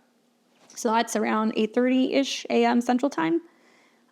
So interesting that those conjunctions are going to happen prior to the market opening, right? So is there something going on in overseas markets? Is there going to be, kind of like pre-hours or like after hours that people are looking at, anticipating a big jump? And then what? Venus is conjunct the moon, ruled by Mercury, which is opposing Neptune. Be careful the talk that you buy, right? Like maybe you're hearing a lot of hype on Thursday. Oh, there's going to be this big announcement. There's going to be this big thing. It's going to be huge. And everybody's like ready to like buy something or sell something. And it can be a disappointment because Venus is now in a sign that it does not perform well in, and the moon is there. And Mercury is opposing Neptune. I think there's going to be a lot of hype about something, and people are going to be betting or hedging that something's going to go one way, and it may actually be disappointing. So they move together. Moon's now in Virgo, so we're in a dark moon. So that means that we're coming up on what will be Sunday the 21st, where we have a solar eclipse. Everything is getting shaken out right now. That's what's happening. Everything is getting shaken out. And this is where we're kind of getting quiet, cool, calm, and collected, preparing for the solar eclipse, waiting to make changes. But people are kind of grumpy, right? We're kind of grumpy when we're in a dark moon. The moon and Venus start forming a square to Uranus and Gemini. So this is where you see that relationship kind of turbulence. And the moon and Venus also create a yod to Pluto, Neptune, and this is the focal point. So whatever the news is, or whatever is coming up, or whatever is happening with the moon and Venus conjunct is definitely kind of bringing up some unsettledness for the collective, and it's also highlighting what we were not aware of. Well, it's possible that Venus and the moon can be tied to like fluctuations and changes going on with like medical stocks, pharmaceutical stocks, things connecting to beauty products, things connecting to feminine hygiene products, things connecting to like things that disrupt female hormones, things that are connecting to pet food, services, like things that we would give people to help them heal or to look or feel better, only to find out like, wait, what? There's some shocking news that, we're not supposed to take this. I mean, it's already started coming out in the last week about Tylenol. So I'm like, what's the next thing? Is there going to be a big makeup brand? Is there going to be a big dog food brand? Is there going to be something like that we're going to become aware of? So I'm watching that and how that may impact certain values, right? Or prices of stocks. And with Mercury in opposition to Neptune influencing this, it's some people going like, well, they're having breakfast with their partner. They're like, well, we're not buying that product anymore. We can't support that company. Like that kind of stuff is going to be happening on Friday. Friday, it's tender with the moon Venus. It can feel a little bit more like you're willing to get up and pack the kid lunches and, clean up the house and get things together. And, part of your way of loving or helping taking care of somebody is like perfecting things and kind of organizing things. So this would be a good day to be like, all right, if you've got some free time on Friday, in the morning, get up and water the plants, take care of the garden, make sure you feed the pets, give them some love, organize some things, get some stuff in order. And you may feel like you're having to kind of pick up the slack for somebody in your life. It could be a coworker who's like, hey, can you cover my shift? Or it's a partner who's like, hey, I don't have time to, do my laundry. Can you take care of it while I'm gone? That kind of stuff can kind of come up. And we're going to find that even though, moon and Venus are together and it's going to create this very tender, kind of practical vibe, there is this shift with those squares to Uranus and Gemini that's more kind of like, oh, okay, we're doing things differently. So it could also mean that you end up, downloading an app that helps you track your steps, your calories. Maybe it means that you have a new gadget or a device that's going to kind of help you when it comes to your routine. And romantic or artistic moods, give way to unexpected disruptions. You will see that. So the moon will square first thing in the morning, and then Venus will start coming into the square closer on the 20th. My feeling is like the daily vibe for the 19th is that you want to celebrate small acts of love early in the morning. Maybe adapt to sudden changes, and be flexible and focus on organizing routines to really harness, some of the, Virgo kind of ingress productively if you guys can. This will then take us into Saturday. So let's move this along. And it looks like the moon's going to keep going. No real aspects of any kind. And then we wake up on Saturday the 20th, and the moon is in Virgo still. It's coming into conjunction with the South Node. And, obviously, Saturday, Sunday, Friday, Saturday, Sunday, there's a lot of chatter on the internet. There's a lot of chatter about news and changes that are happening with groups and social beliefs and how that's impacting relationships. That's going to be the whole weekend. And that's getting kind of highlighted because Mercury's in a new sign. But when we wake up first thing in the morning on Saturday, the moon's conjuncting the South Node, and it's as we're getting ready to come into the eclipse. Mood swings, emotional clearing house with relationships. Obviously Mercury and Saturn and Mercury and Neptune are still kind of in opposition to each other, talking about how we're doing relationships differently, talking about how we're going to change our minds, Uranus and Gemini, our social media, the way we communicate, the way we connect. There's some changes about our networks. But I feel like this is yet another, oh my God, planets are conjunct the South Node. We're having a lot of these like emotional kind of shakeouts. And so people can be very emotionally all over the place with this conjunction. And this is about emotionally detoxing. This is also, the moon's connected to Jupiter. Okay. And Jupiter is about, releasing old emotions, organizing, cleaning the home. I think that Saturday and Sunday is perfect for being like, I'm going to do a deep clean. I'm purging stuff. I'm donating stuff. I'm getting everything out because we want to start fresh as we kind of come into the day after the solar eclipse. Anyway, so it'll conjunct the South Node in the morning hours. I take that back. It's going to be the afternoon. At 18, so 5:38 p.m. Central Time-ish is when that's happening. And this is also right around the time that the sun's coming into an opposition with Saturn. Mercury's at a 4. Nothing's really happening, but yet that another 18 degrees is still kind of popping up. So my interpretation of this, plus the sun in Virgo opposing Saturn and Pisces, is that this is a bit of a heavy day. It's really important to be grounded. Some of us are going to feel like there is some kind of restriction or there is some kind of limitation. Obviously, the sun can be our joy. It can also represent an older man or, somebody who is a pillar in society or at work.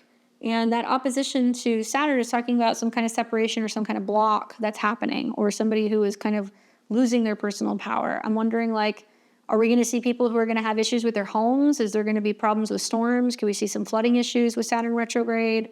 Are we going to see a lot of people who are just very emotional? And really the theme is just kind of letting it all go, right? Because the moon's sitting in the South Node.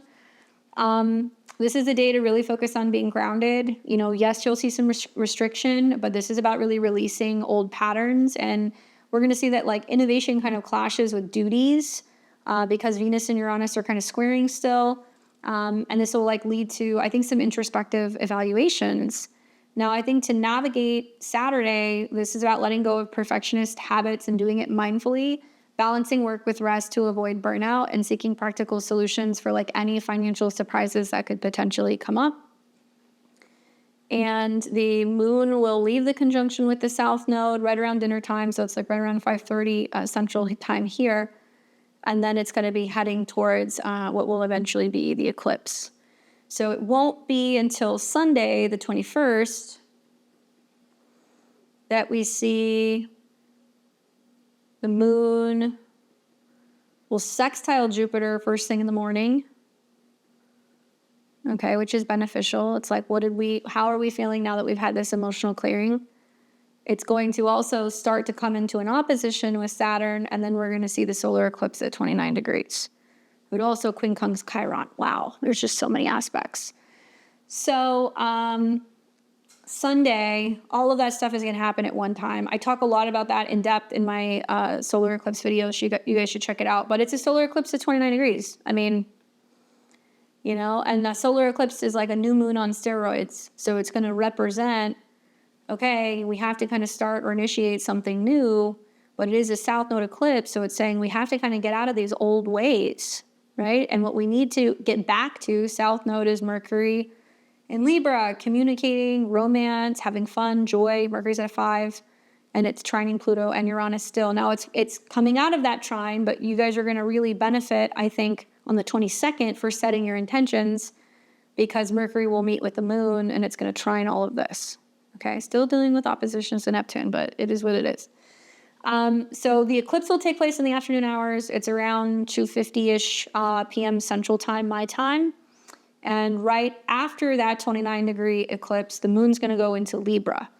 And when that happens, the moon is going to trine Pluto and also Uranus and Gemini.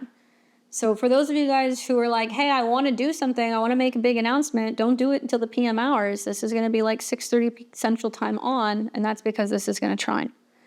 And remember that Mercury, the moon, Mars is all influenced by Venus, and Venus is obviously in its fall and it's still squaring Uranus. So it's still not the best time to make big decisions about relationships. There may be a lot of relationship things happening because the eclipse is saying we have to complete this or we have to get our act together before we meet others. Now, just in general terms, I think that this could represent a turning point for a lot of people over the next 6 to 12 months where they're like, this is not working, this is breaking down. If this doesn't change, I'm going to leave this job. I'm going to leave this relationship. I'm going to finally quit this habit, or I'm finally going to start a new habit. So it does feel like this push that we're kind of getting from the universe to kind of get our act together. And obviously, eclipses play out over time. So even though technically the eclipses are over, we won't have them until next spring, you will still see some of the effects. And like I spoke about, as Venus will come into this conjunction later in October, you're going to see some of the effects of the eclipse.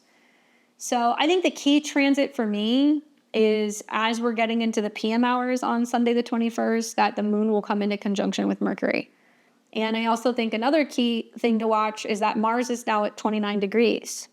So, this is an anaretic degree. Overnight, when you guys wake up on the 22nd on Monday, you're going to see Mars is going to be in Scorpio, and it's starting to come into a square with Pluto. So we're already starting to feel that pressure. And I think that overall, the daily vibes of the 21st is like, obviously, transformation and where there's blockages and what's holding us back, whether that's fear, insecurities, lack of sleep, lack of faith, lack of awareness, lack of support. It's all saying we need to get our ducks in a row. And some things are going to be eclipsed. So we're going to see that there can be major endings and major beginnings. Usually a solar eclipse is much more action-packed, and it's like, okay, this is the new thing that we're starting. In order to start that, it's about learning to ask for help because Mercury's in Libra. So whether it's a therapist or working with a spouse or, trying to find a coach or a mentor or maybe you're looking for an astrologer, these are all like kind of 7th house people that will kind of play a role. And if you're networking, connecting with other people to figure out how to fix your problem and how to overcome it, likely, we're going to stand a much better chance in actually having positive change. So watch for some of those emotional releases. Obviously, with things that are being eclipsed, we don't see the full picture yet. And this is going to be, I think, a little bit more kind of flowing, especially in communication sense, by the time we get into the evening hours. So on Sunday the 21st, I would be reflecting during the eclipse. I would be kind of waiting until at least the evening or Monday to start setting my intentions and kind of getting moving. This is a time of being still and being quiet and realizing that if we're just running around acting like we're busy with this eclipse in Virgo, but we're not actually integrating and doing the emotional work, the spiritual work, getting the rest, and also releasing the past, we can't really move forward until we've cleared out the past. And that's like the beauty of the solar eclipse connected to the South Node.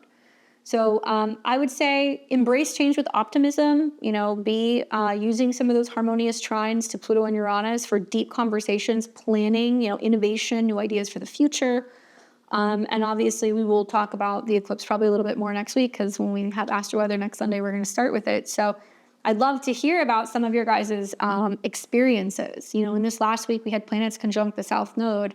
And I saw people talking about that video. People came back and they were like, wow, some of the stuff that you said actually happened. The things that were connected to the CDC and the FDA, it happened. The things that were connected to the media spinning and there being a lot of craziness with some kind of news, it happened. The job numbers, it happened.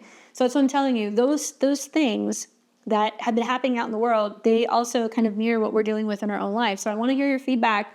What takes place this week as planets are still kind of vibing off of the South Node? as we come into the eclipse. What restrictions are you guys feeling? Where are you guys feeling that you're hitting that wall? And how can you be using Saturn and Neptune retrograde in a positive way where you're like, okay, you know what? If there's resistance, then there's something that I need to kind of take note of, or maybe I need to pay better attention to my dreams, or I need to be meditating, or I need to be visualizing things. And I've observed that on one hand, the Saturn Neptune can mean where we have lack of confidence and lack of strength and like awareness or vision. But it's also this feeling that's like, nope, it's not the right time yet. It's not the time to act yet. It's the time to like wait and kind of listen, which has been really interesting. So I'd love to hear your guys' feedback on some of that stuff. All right, so let's get into the 12 rising signs. I want to give you guys some insight where this Venus and Virgo transit is going to be taking place for all of you. I'm a Western astrologer. That's the kind of astrology I like to practice. So I'm going to be looking at this from the perspective of the whole Western rising signs. To make the most of my predictions, I do recommend listening to your rising sign first. That's going to tell you exactly which house Venus is transiting through for the next couple of weeks for you. And I'll give you some tips, some thoughts on Venus's trek and maybe what to kind of expect during this next couple of week period. Let's see what else. And as for who this is going to be impacting the most, my Taurus risings are ruled by Venus. My Libra risings are ruled by Venus. And my Virgo risings, you guys are getting to hang out with Venus, which I think is going to be particularly beneficial and a bit of a blessing amidst some of the changes that have happened recently for you guys. Do listen to your rising sign. Also listen to your sun or your moon sign. It can be really influential listening to all three. All right, so we're going to start with my Aries and my Aries risings. You guys are experiencing Venus transiting through the sign of Virgo, which means it's going to be going through your 6th house. And like literally a lot of the things I've been talking about, probably apply to you because it's kind of general. But Venus rules your 2nd house of personal values, resources, and self-esteem, and your 7th house of one-on-one partnerships and relationships. Now, Venus is going through your 6th house, which is going to represent it's bringing beauty and impacting and affecting the relationships that you have with your work, your health, your routines, your pets. And so I think the themes here for you guys is going to be about practical service in daily life, healing conflicts in relationships or the workplace. It might be that you are, trying to kind of sweeten the relationship with coworkers. Maybe you're spending a little bit more money on, quality food or supplements or an expensive gym membership.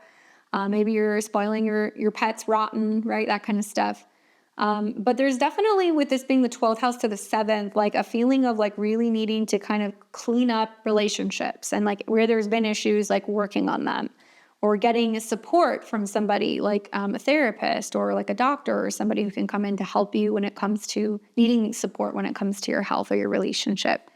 So what I predict for you guys is that there can be some tension between intellectual and kind of sensual needs that kind of arise. There could be some, communication issues that can arise at work, and possible revisions to health routines and or your office space. Bring some crystals or some rocks or some, flowers into your office and watch how much things change. Bring some muffins or something sweet or some fruit, right? Or some dessert into work and like see how the dynamic can kind of change. And if there's been some rigidness at work, then you can kind of smooth some of that stuff over. I think to navigate this, I would be focusing on problem solving without criticism and incorporate acts of service to build harmony and routines with other people. So I hope it's a smooth one for you guys. We've got Taurus and Taurus rising. What's up, Taurus? Venus, your chart ruler, is on the move. She is going to be moving into the 5th house. And arguably, probably one of the better transits for my Taurus and Taurus risings. I don't know. You guys will have to let me know. Wherever Venus goes is where you are. So Venus rules, obviously, your 1st house of yourself and your identity and anything kind of connected to your appearance or your body. It's also connected through your 6th house with Libra to, anything revolving around work, relationships, habits. And it's going to be transiting the 5th house, which is a house that Venus loves to be in. So 5th house is about creativity. It's about children. It's about romance. It's about hobbies. And I think the themes for a lot of you guys is going to be about finding time to do the things you love and finding ways to work that into your schedule, right? And whether that's taking care of your kids, doing something artistic or creative, if it's going to be making time for date nights, All of these things seem to kind of be really prominent. And I think a lot of this is going to be about balancing pleasure with practicality and really refining creative or romantic expressions. Now, I predict that there could be shifts in hobbies for you guys or your love life, and it's more about what's useful, and also potential for diet or lifestyle changes that's going to be somehow connected to children, or it could be connected to your overall joy or, your work habits. I would say channel this energy into artistic projects with detail and embrace kind of like modest indulgences to boost self-worth. But also great for getting out there if you're a single Taurus, mixing, mingling, kind of meeting people. If you happen to be a Taurus or a Taurus rising that has children, it could be spending time with your children or something prominent connected to either a daughter or your first child. And obviously this is a part of the eclipses too. So there could be a lot of like kind of feeling your way into, wow, what's about to kind of come up for me in terms of my love life or in terms of like my inner child, and really kind of leaning into some of that stuff. Good luck to you, my Tauruses. I hope it's a good one. For Gemini and Gemini rising, you guys are going to have Venus transiting Virgo in your natal 4th house. And I like this transit for you guys too. You've got planets moving through mutable signs, and certainly Venus is going to check Uranus in your sign, but usually Venus in the 4th is a pretty good transit. Obviously, Venus is traditionally connected to your 12th house, which is kind of your subconscious and anything to do with like isolation or your intuition. And then it's also connected to your 5th house, which is about creativity and romance. So while Venus is moving through Virgo in your 4th house, this is the house of home, property, family. So you'll see things like, okay, home improvements, family karma, intellectual versus kind of like sensual harmony. But this could also mean that there are some surprise visits from romantic partners. There could be dreams about, children or past romantic partners. It could also mean that there's some, like artistic or kind of aesthetic changes happening in your home as well. So think like I'm rearranging furniture, I'm changing drapes, or a prominent like woman could be coming to visit you. So you could have like a kid coming to visit you, or you could have a female relative coming to kind of stay with you. Very strong for looking at property or, changes to your home and your residence. As many of you guys know, the solar eclipse will be here as well, which is right on the cusp of your 5th house. So I think it's going to be about big news that's going on either with a female relative or a child, and how this is going to be kind of impacting your home. Now, Venus will square Uranus. So, Uranus in your sign is like, I want to be different. I want some freedom. And that can be kind of like rubbing certain relationships with family the wrong way a little bit. It could also mean that you just feel a little restless and you're like, I can't be traveling right now, or I can't be making changes. So like you're feeling like you need to kind of bring those changes in your home to kind of give you the opportunity to feel like you have a little bit more freedom. So my thought here is that, changes to decor, family ties, leading to gradual kind of resolutions, possible emotional reevaluations, and a good time to be organizing your living space mindfully and discussing values and healing hidden tensions with relationships and home. Hope that's helpful for you, Gemini. Let me know what happens. For Cancer and Cancer rising, you guys are going to experience Venus transiting Virgo in your natal 3rd house. And this is kind of cool because the moon rules your chart. So moon and Venus are going to come into conjunction at the same time during the ingress. So I think that, the 3rd house obviously is going to be tied to communication, vehicles, siblings, learning, gadgets, all of that stuff. And Venus is tied to your 11th house of friends, networks, and associations, and your 4th house of home and family. So we put it all together, and with Moon and Venus, it means that you're probably going to be seeing a sibling, or you're going to be getting some family communication, or there's going to be something going on with like a neighbor. Maybe you get invited to a party. Maybe there's going to be a family gathering, or there's some family travel opportunity. Maybe you get a phone call from a sibling, something like that could happen.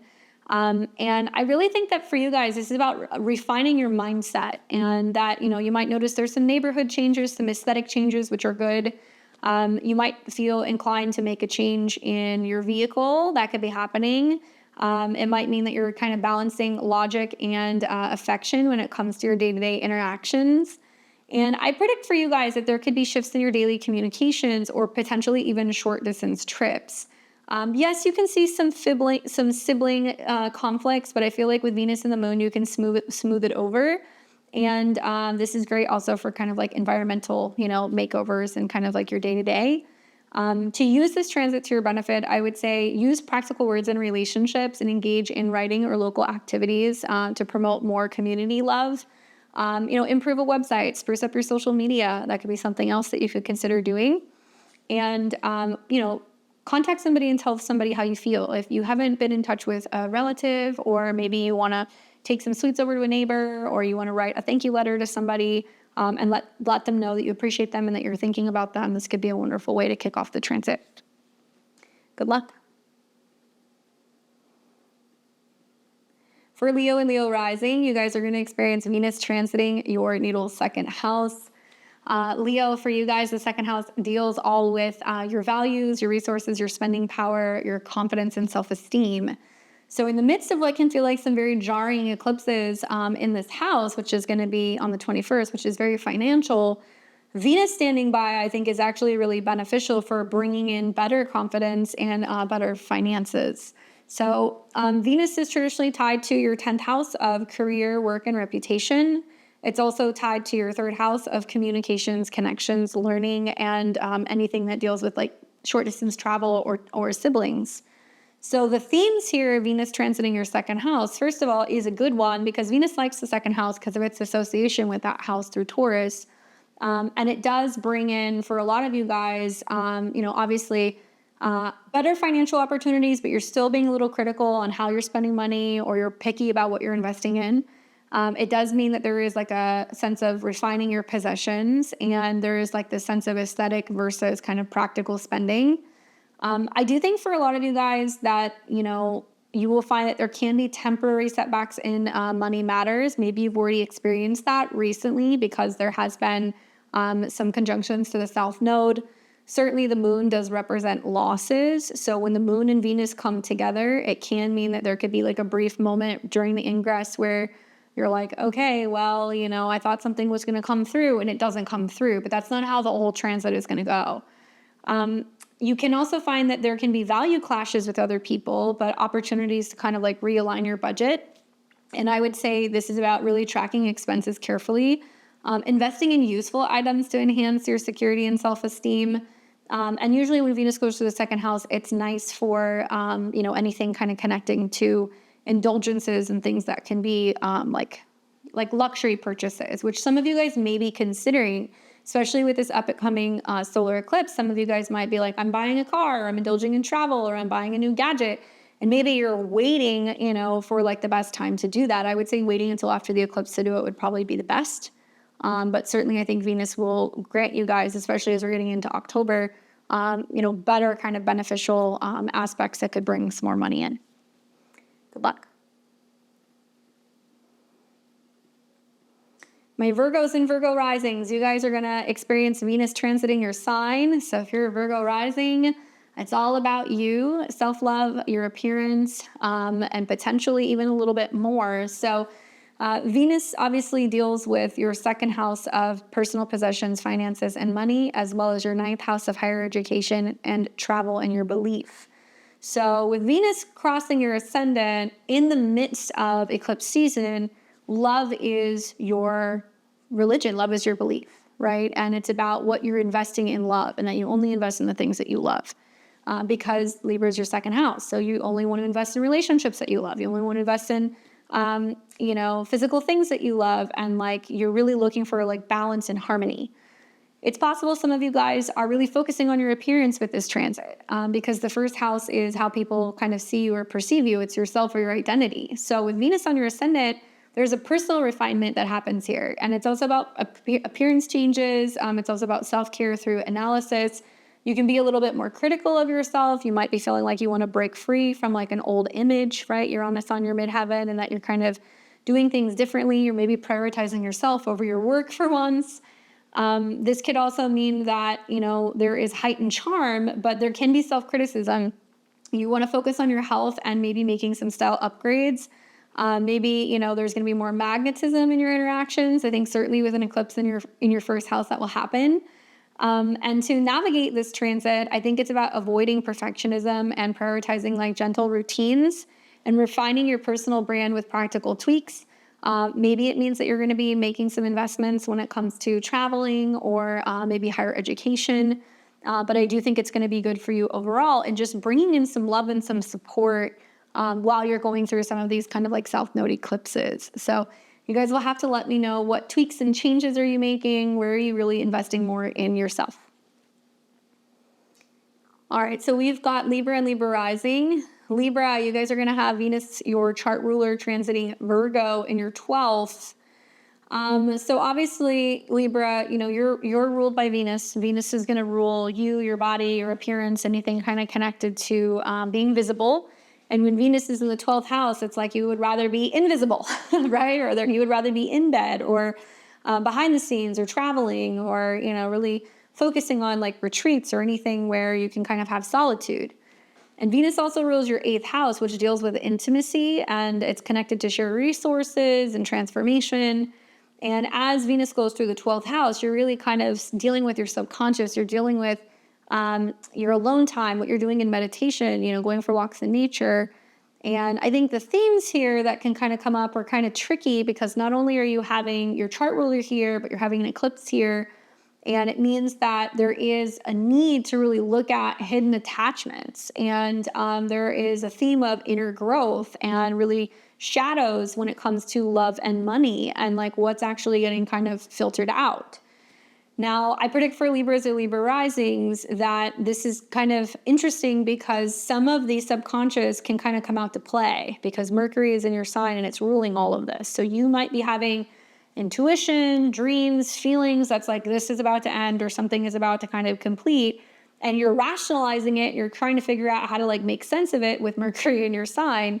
And it's all opposing Saturn and Neptune in your 7th. So it could be feeling like, wow, there's like a big thing that's about to change with my relationships, or, relationship to someone or something. I do think that anxiety in relationships or blind spots can come up, Libra. You need to watch for that. And there is an emphasis on needing rest and solitude and needing to recharge. And also there could be some, hidden romance things that are going on. Some of you guys might be, traveling or in a foreign land. Certainly with like Venus and Uranus squaring off the bat, there can be a lot of tension regarding, your health and education, or your health and your beliefs, or, traveling and your schedule. There's some friction there. And I would say, with so many planets in the 12th house, in the oppositions that you're seeing, like if you're not getting enough rest or alone time, there's definitely like a lot of Libras that are going to be kind of like triggered with some of the oppositions that are kind of coming up in your chart. So, take some time to be alone, journal insights for self-discovery, prioritize your mental health, and avoid any manipulative dynamics that can kind of be going on around you. Good luck, Libra. Scorpio and Scorpio rising, you guys are going to be experiencing Venus's transit through your 11th house.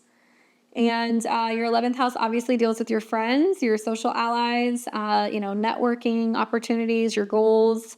While Venus rules your 7th house of committed relationships and partners, as well as your 12th house of what is subconscious and what is hidden. So as Venus goes through the 11th house, the one thing that I will say is like it can be a very social time. There can be a lot of social harmony. There can be opportunities to, go to parties, connect with people. Certainly if you're a single Scorpio rising, you could meet people through kind of collective group things.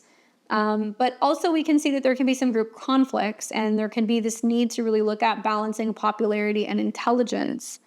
Now, I think that I would watch for tension in friendships or communities. We can see innovative collaborations happening. There could be value clashes that can kind of happen between you and other people, especially financially. And I think this is really about seeking kind of like-minded allies and really facilitating group projects with people who are going to be kind of like contributing and pulling their weight. Obviously, something that I think about is that with Venus being connecting to your 7th house, this could mean that it's your relationship to, your community or your relationship to your audience that you're really focusing on.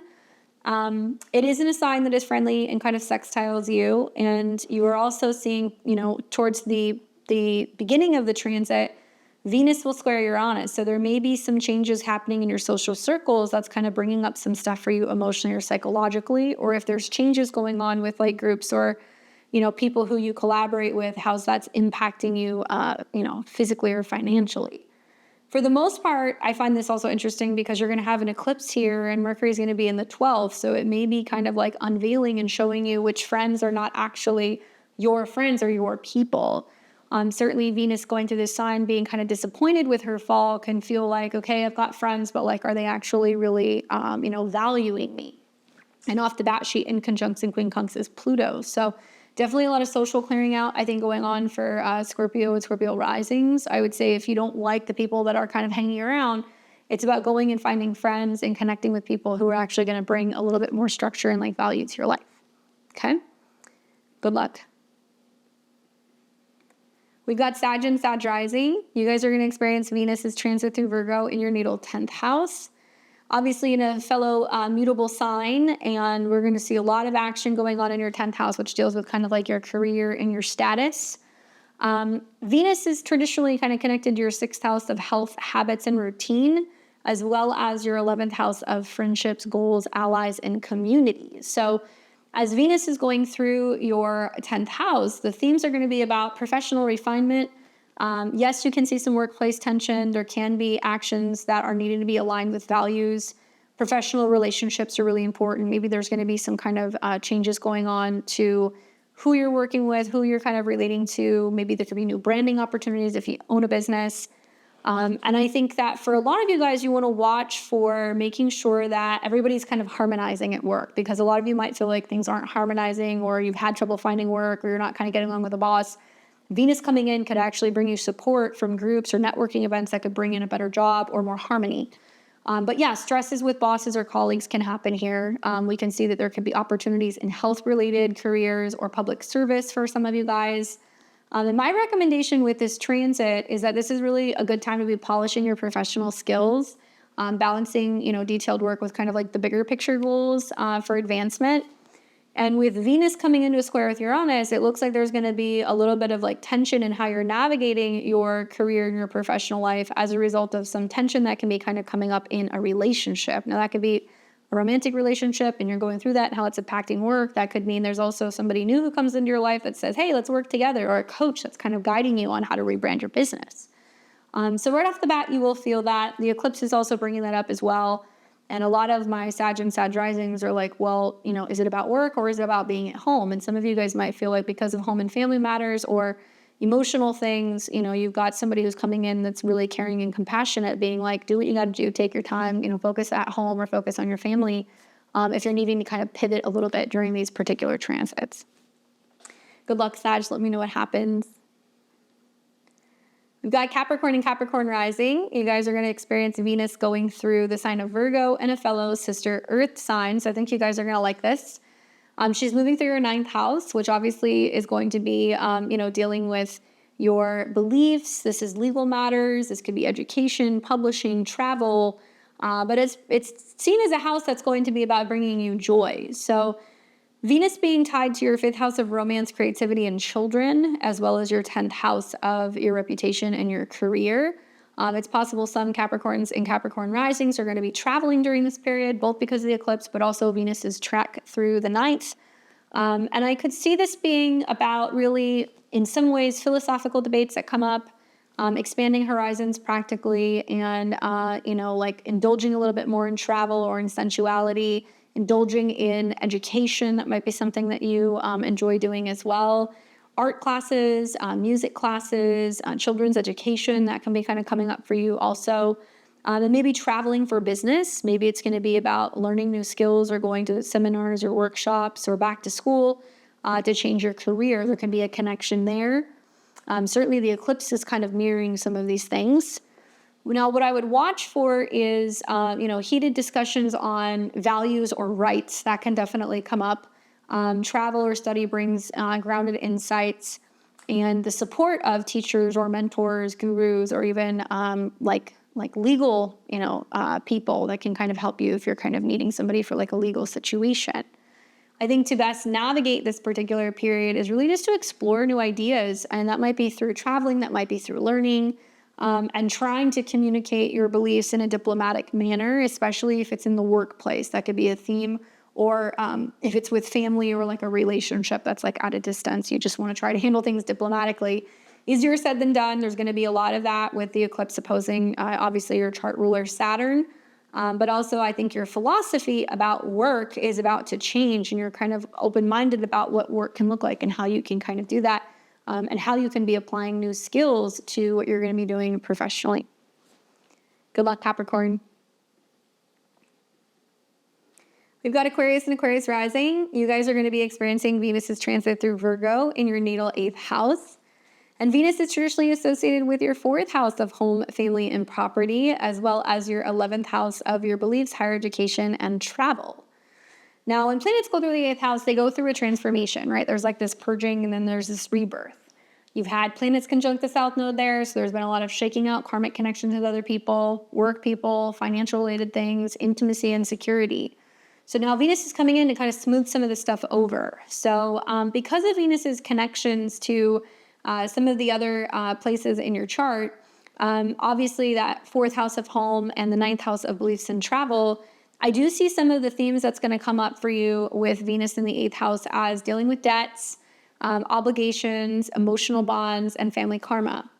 Now, I do predict for some of you guys that there might be intense financial or relational ties that are coming up, potential for transformative sharing, but heavy feelings, emotional breakthroughs, especially when it comes to home and family karma, really looking at like how you can make the most of your debts or loan situation. So other people can be generous with you. They can give you money. There can be inheritance stuff that can come up here, tax stuff, money that's been owed to you, which comes around, and maybe spending a little bit more money when it comes to home transformations or travel and education. I would say to navigate this, it's really about planning joint finances strategically and really deepening connections through kind of honest, practical talks. And certainly your relationship either with money, your home, or just your beliefs is all going to go through some kind of significant change. I would be watching, when Venus is kind of starting to come to the tail end of this transit, opposing Saturn, where it's like if you find that you've been saving, you've been budgeting, you've been patient, you've been resilient when it comes to your finances, you're going to see that all of that stuff is going to start to pay off. And maybe you've been waiting for a payout or for an investment to kind of pay off, and then you're going to start to see something that's going to turn as you're getting into October, where in theory you should see some kind of like better results. Saturn is still going through your 2nd house, so it takes a little bit of time, but be open to going a little bit deeper and being a little bit more vulnerable with some of these themes. Good luck. All right, we've got Pisces and Pisces risings. Pisces, you're going to be experiencing Venus transiting your opposite sign, Virgo, going through your natal 7th house. As you know, Venus is connected to your 3rd house of connections, communication, learning, siblings, and short trips.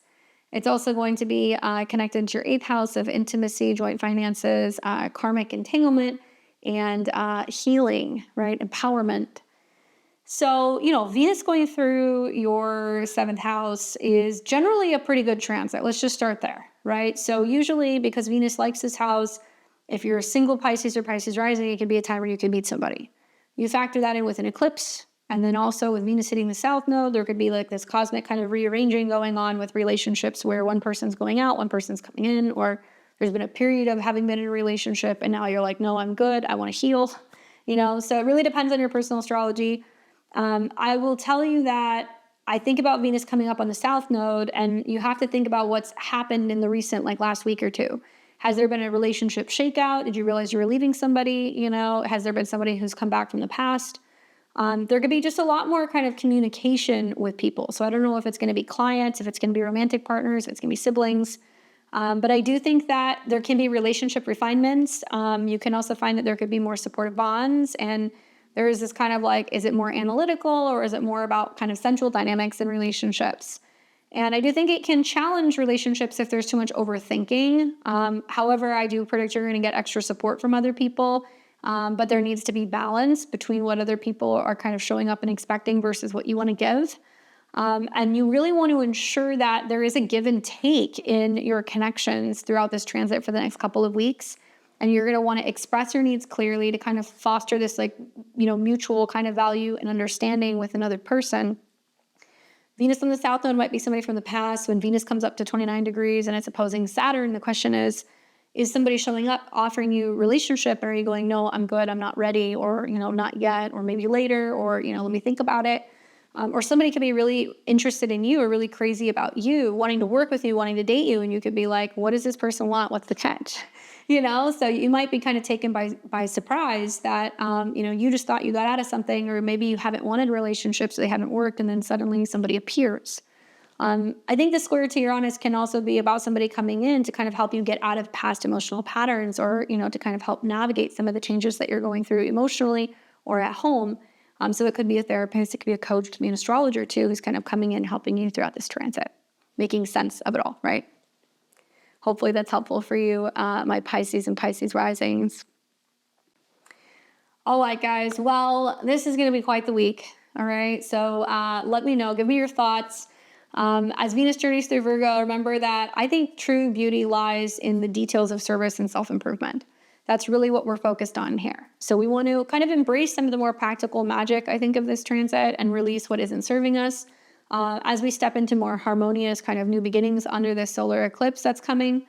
I hope that was helpful. Don't forget to give me a thumbs up if you like this video. Consider sharing with other people. Subscribe to the channel. It helps the channel grow, and it lets you know when I have new videos out. If you guys want to see more about me or my work, don't only subscribe to the channel, click the links below, head over to beyondtheveiltarot.com. You guys can see my courses there. I teach tarot, I teach astrology. I've got calendars and all kinds of offerings for you guys, like my eclipse webinar. And also, if you guys want to book a reading with me, I recommend doing so because I am booking right now in December and January. So if you know that you have a birthday that's like in November, December, January, probably in like the next month, I'm not going to have any appointments left for 2025. So definitely check that out at beyondtheveiltarot.com. I'll catch you guys here very soon. I hope you enjoy the week, and I will see you all back here on the eclipse next Sunday. Until next time, take care. I'll see all of you soon.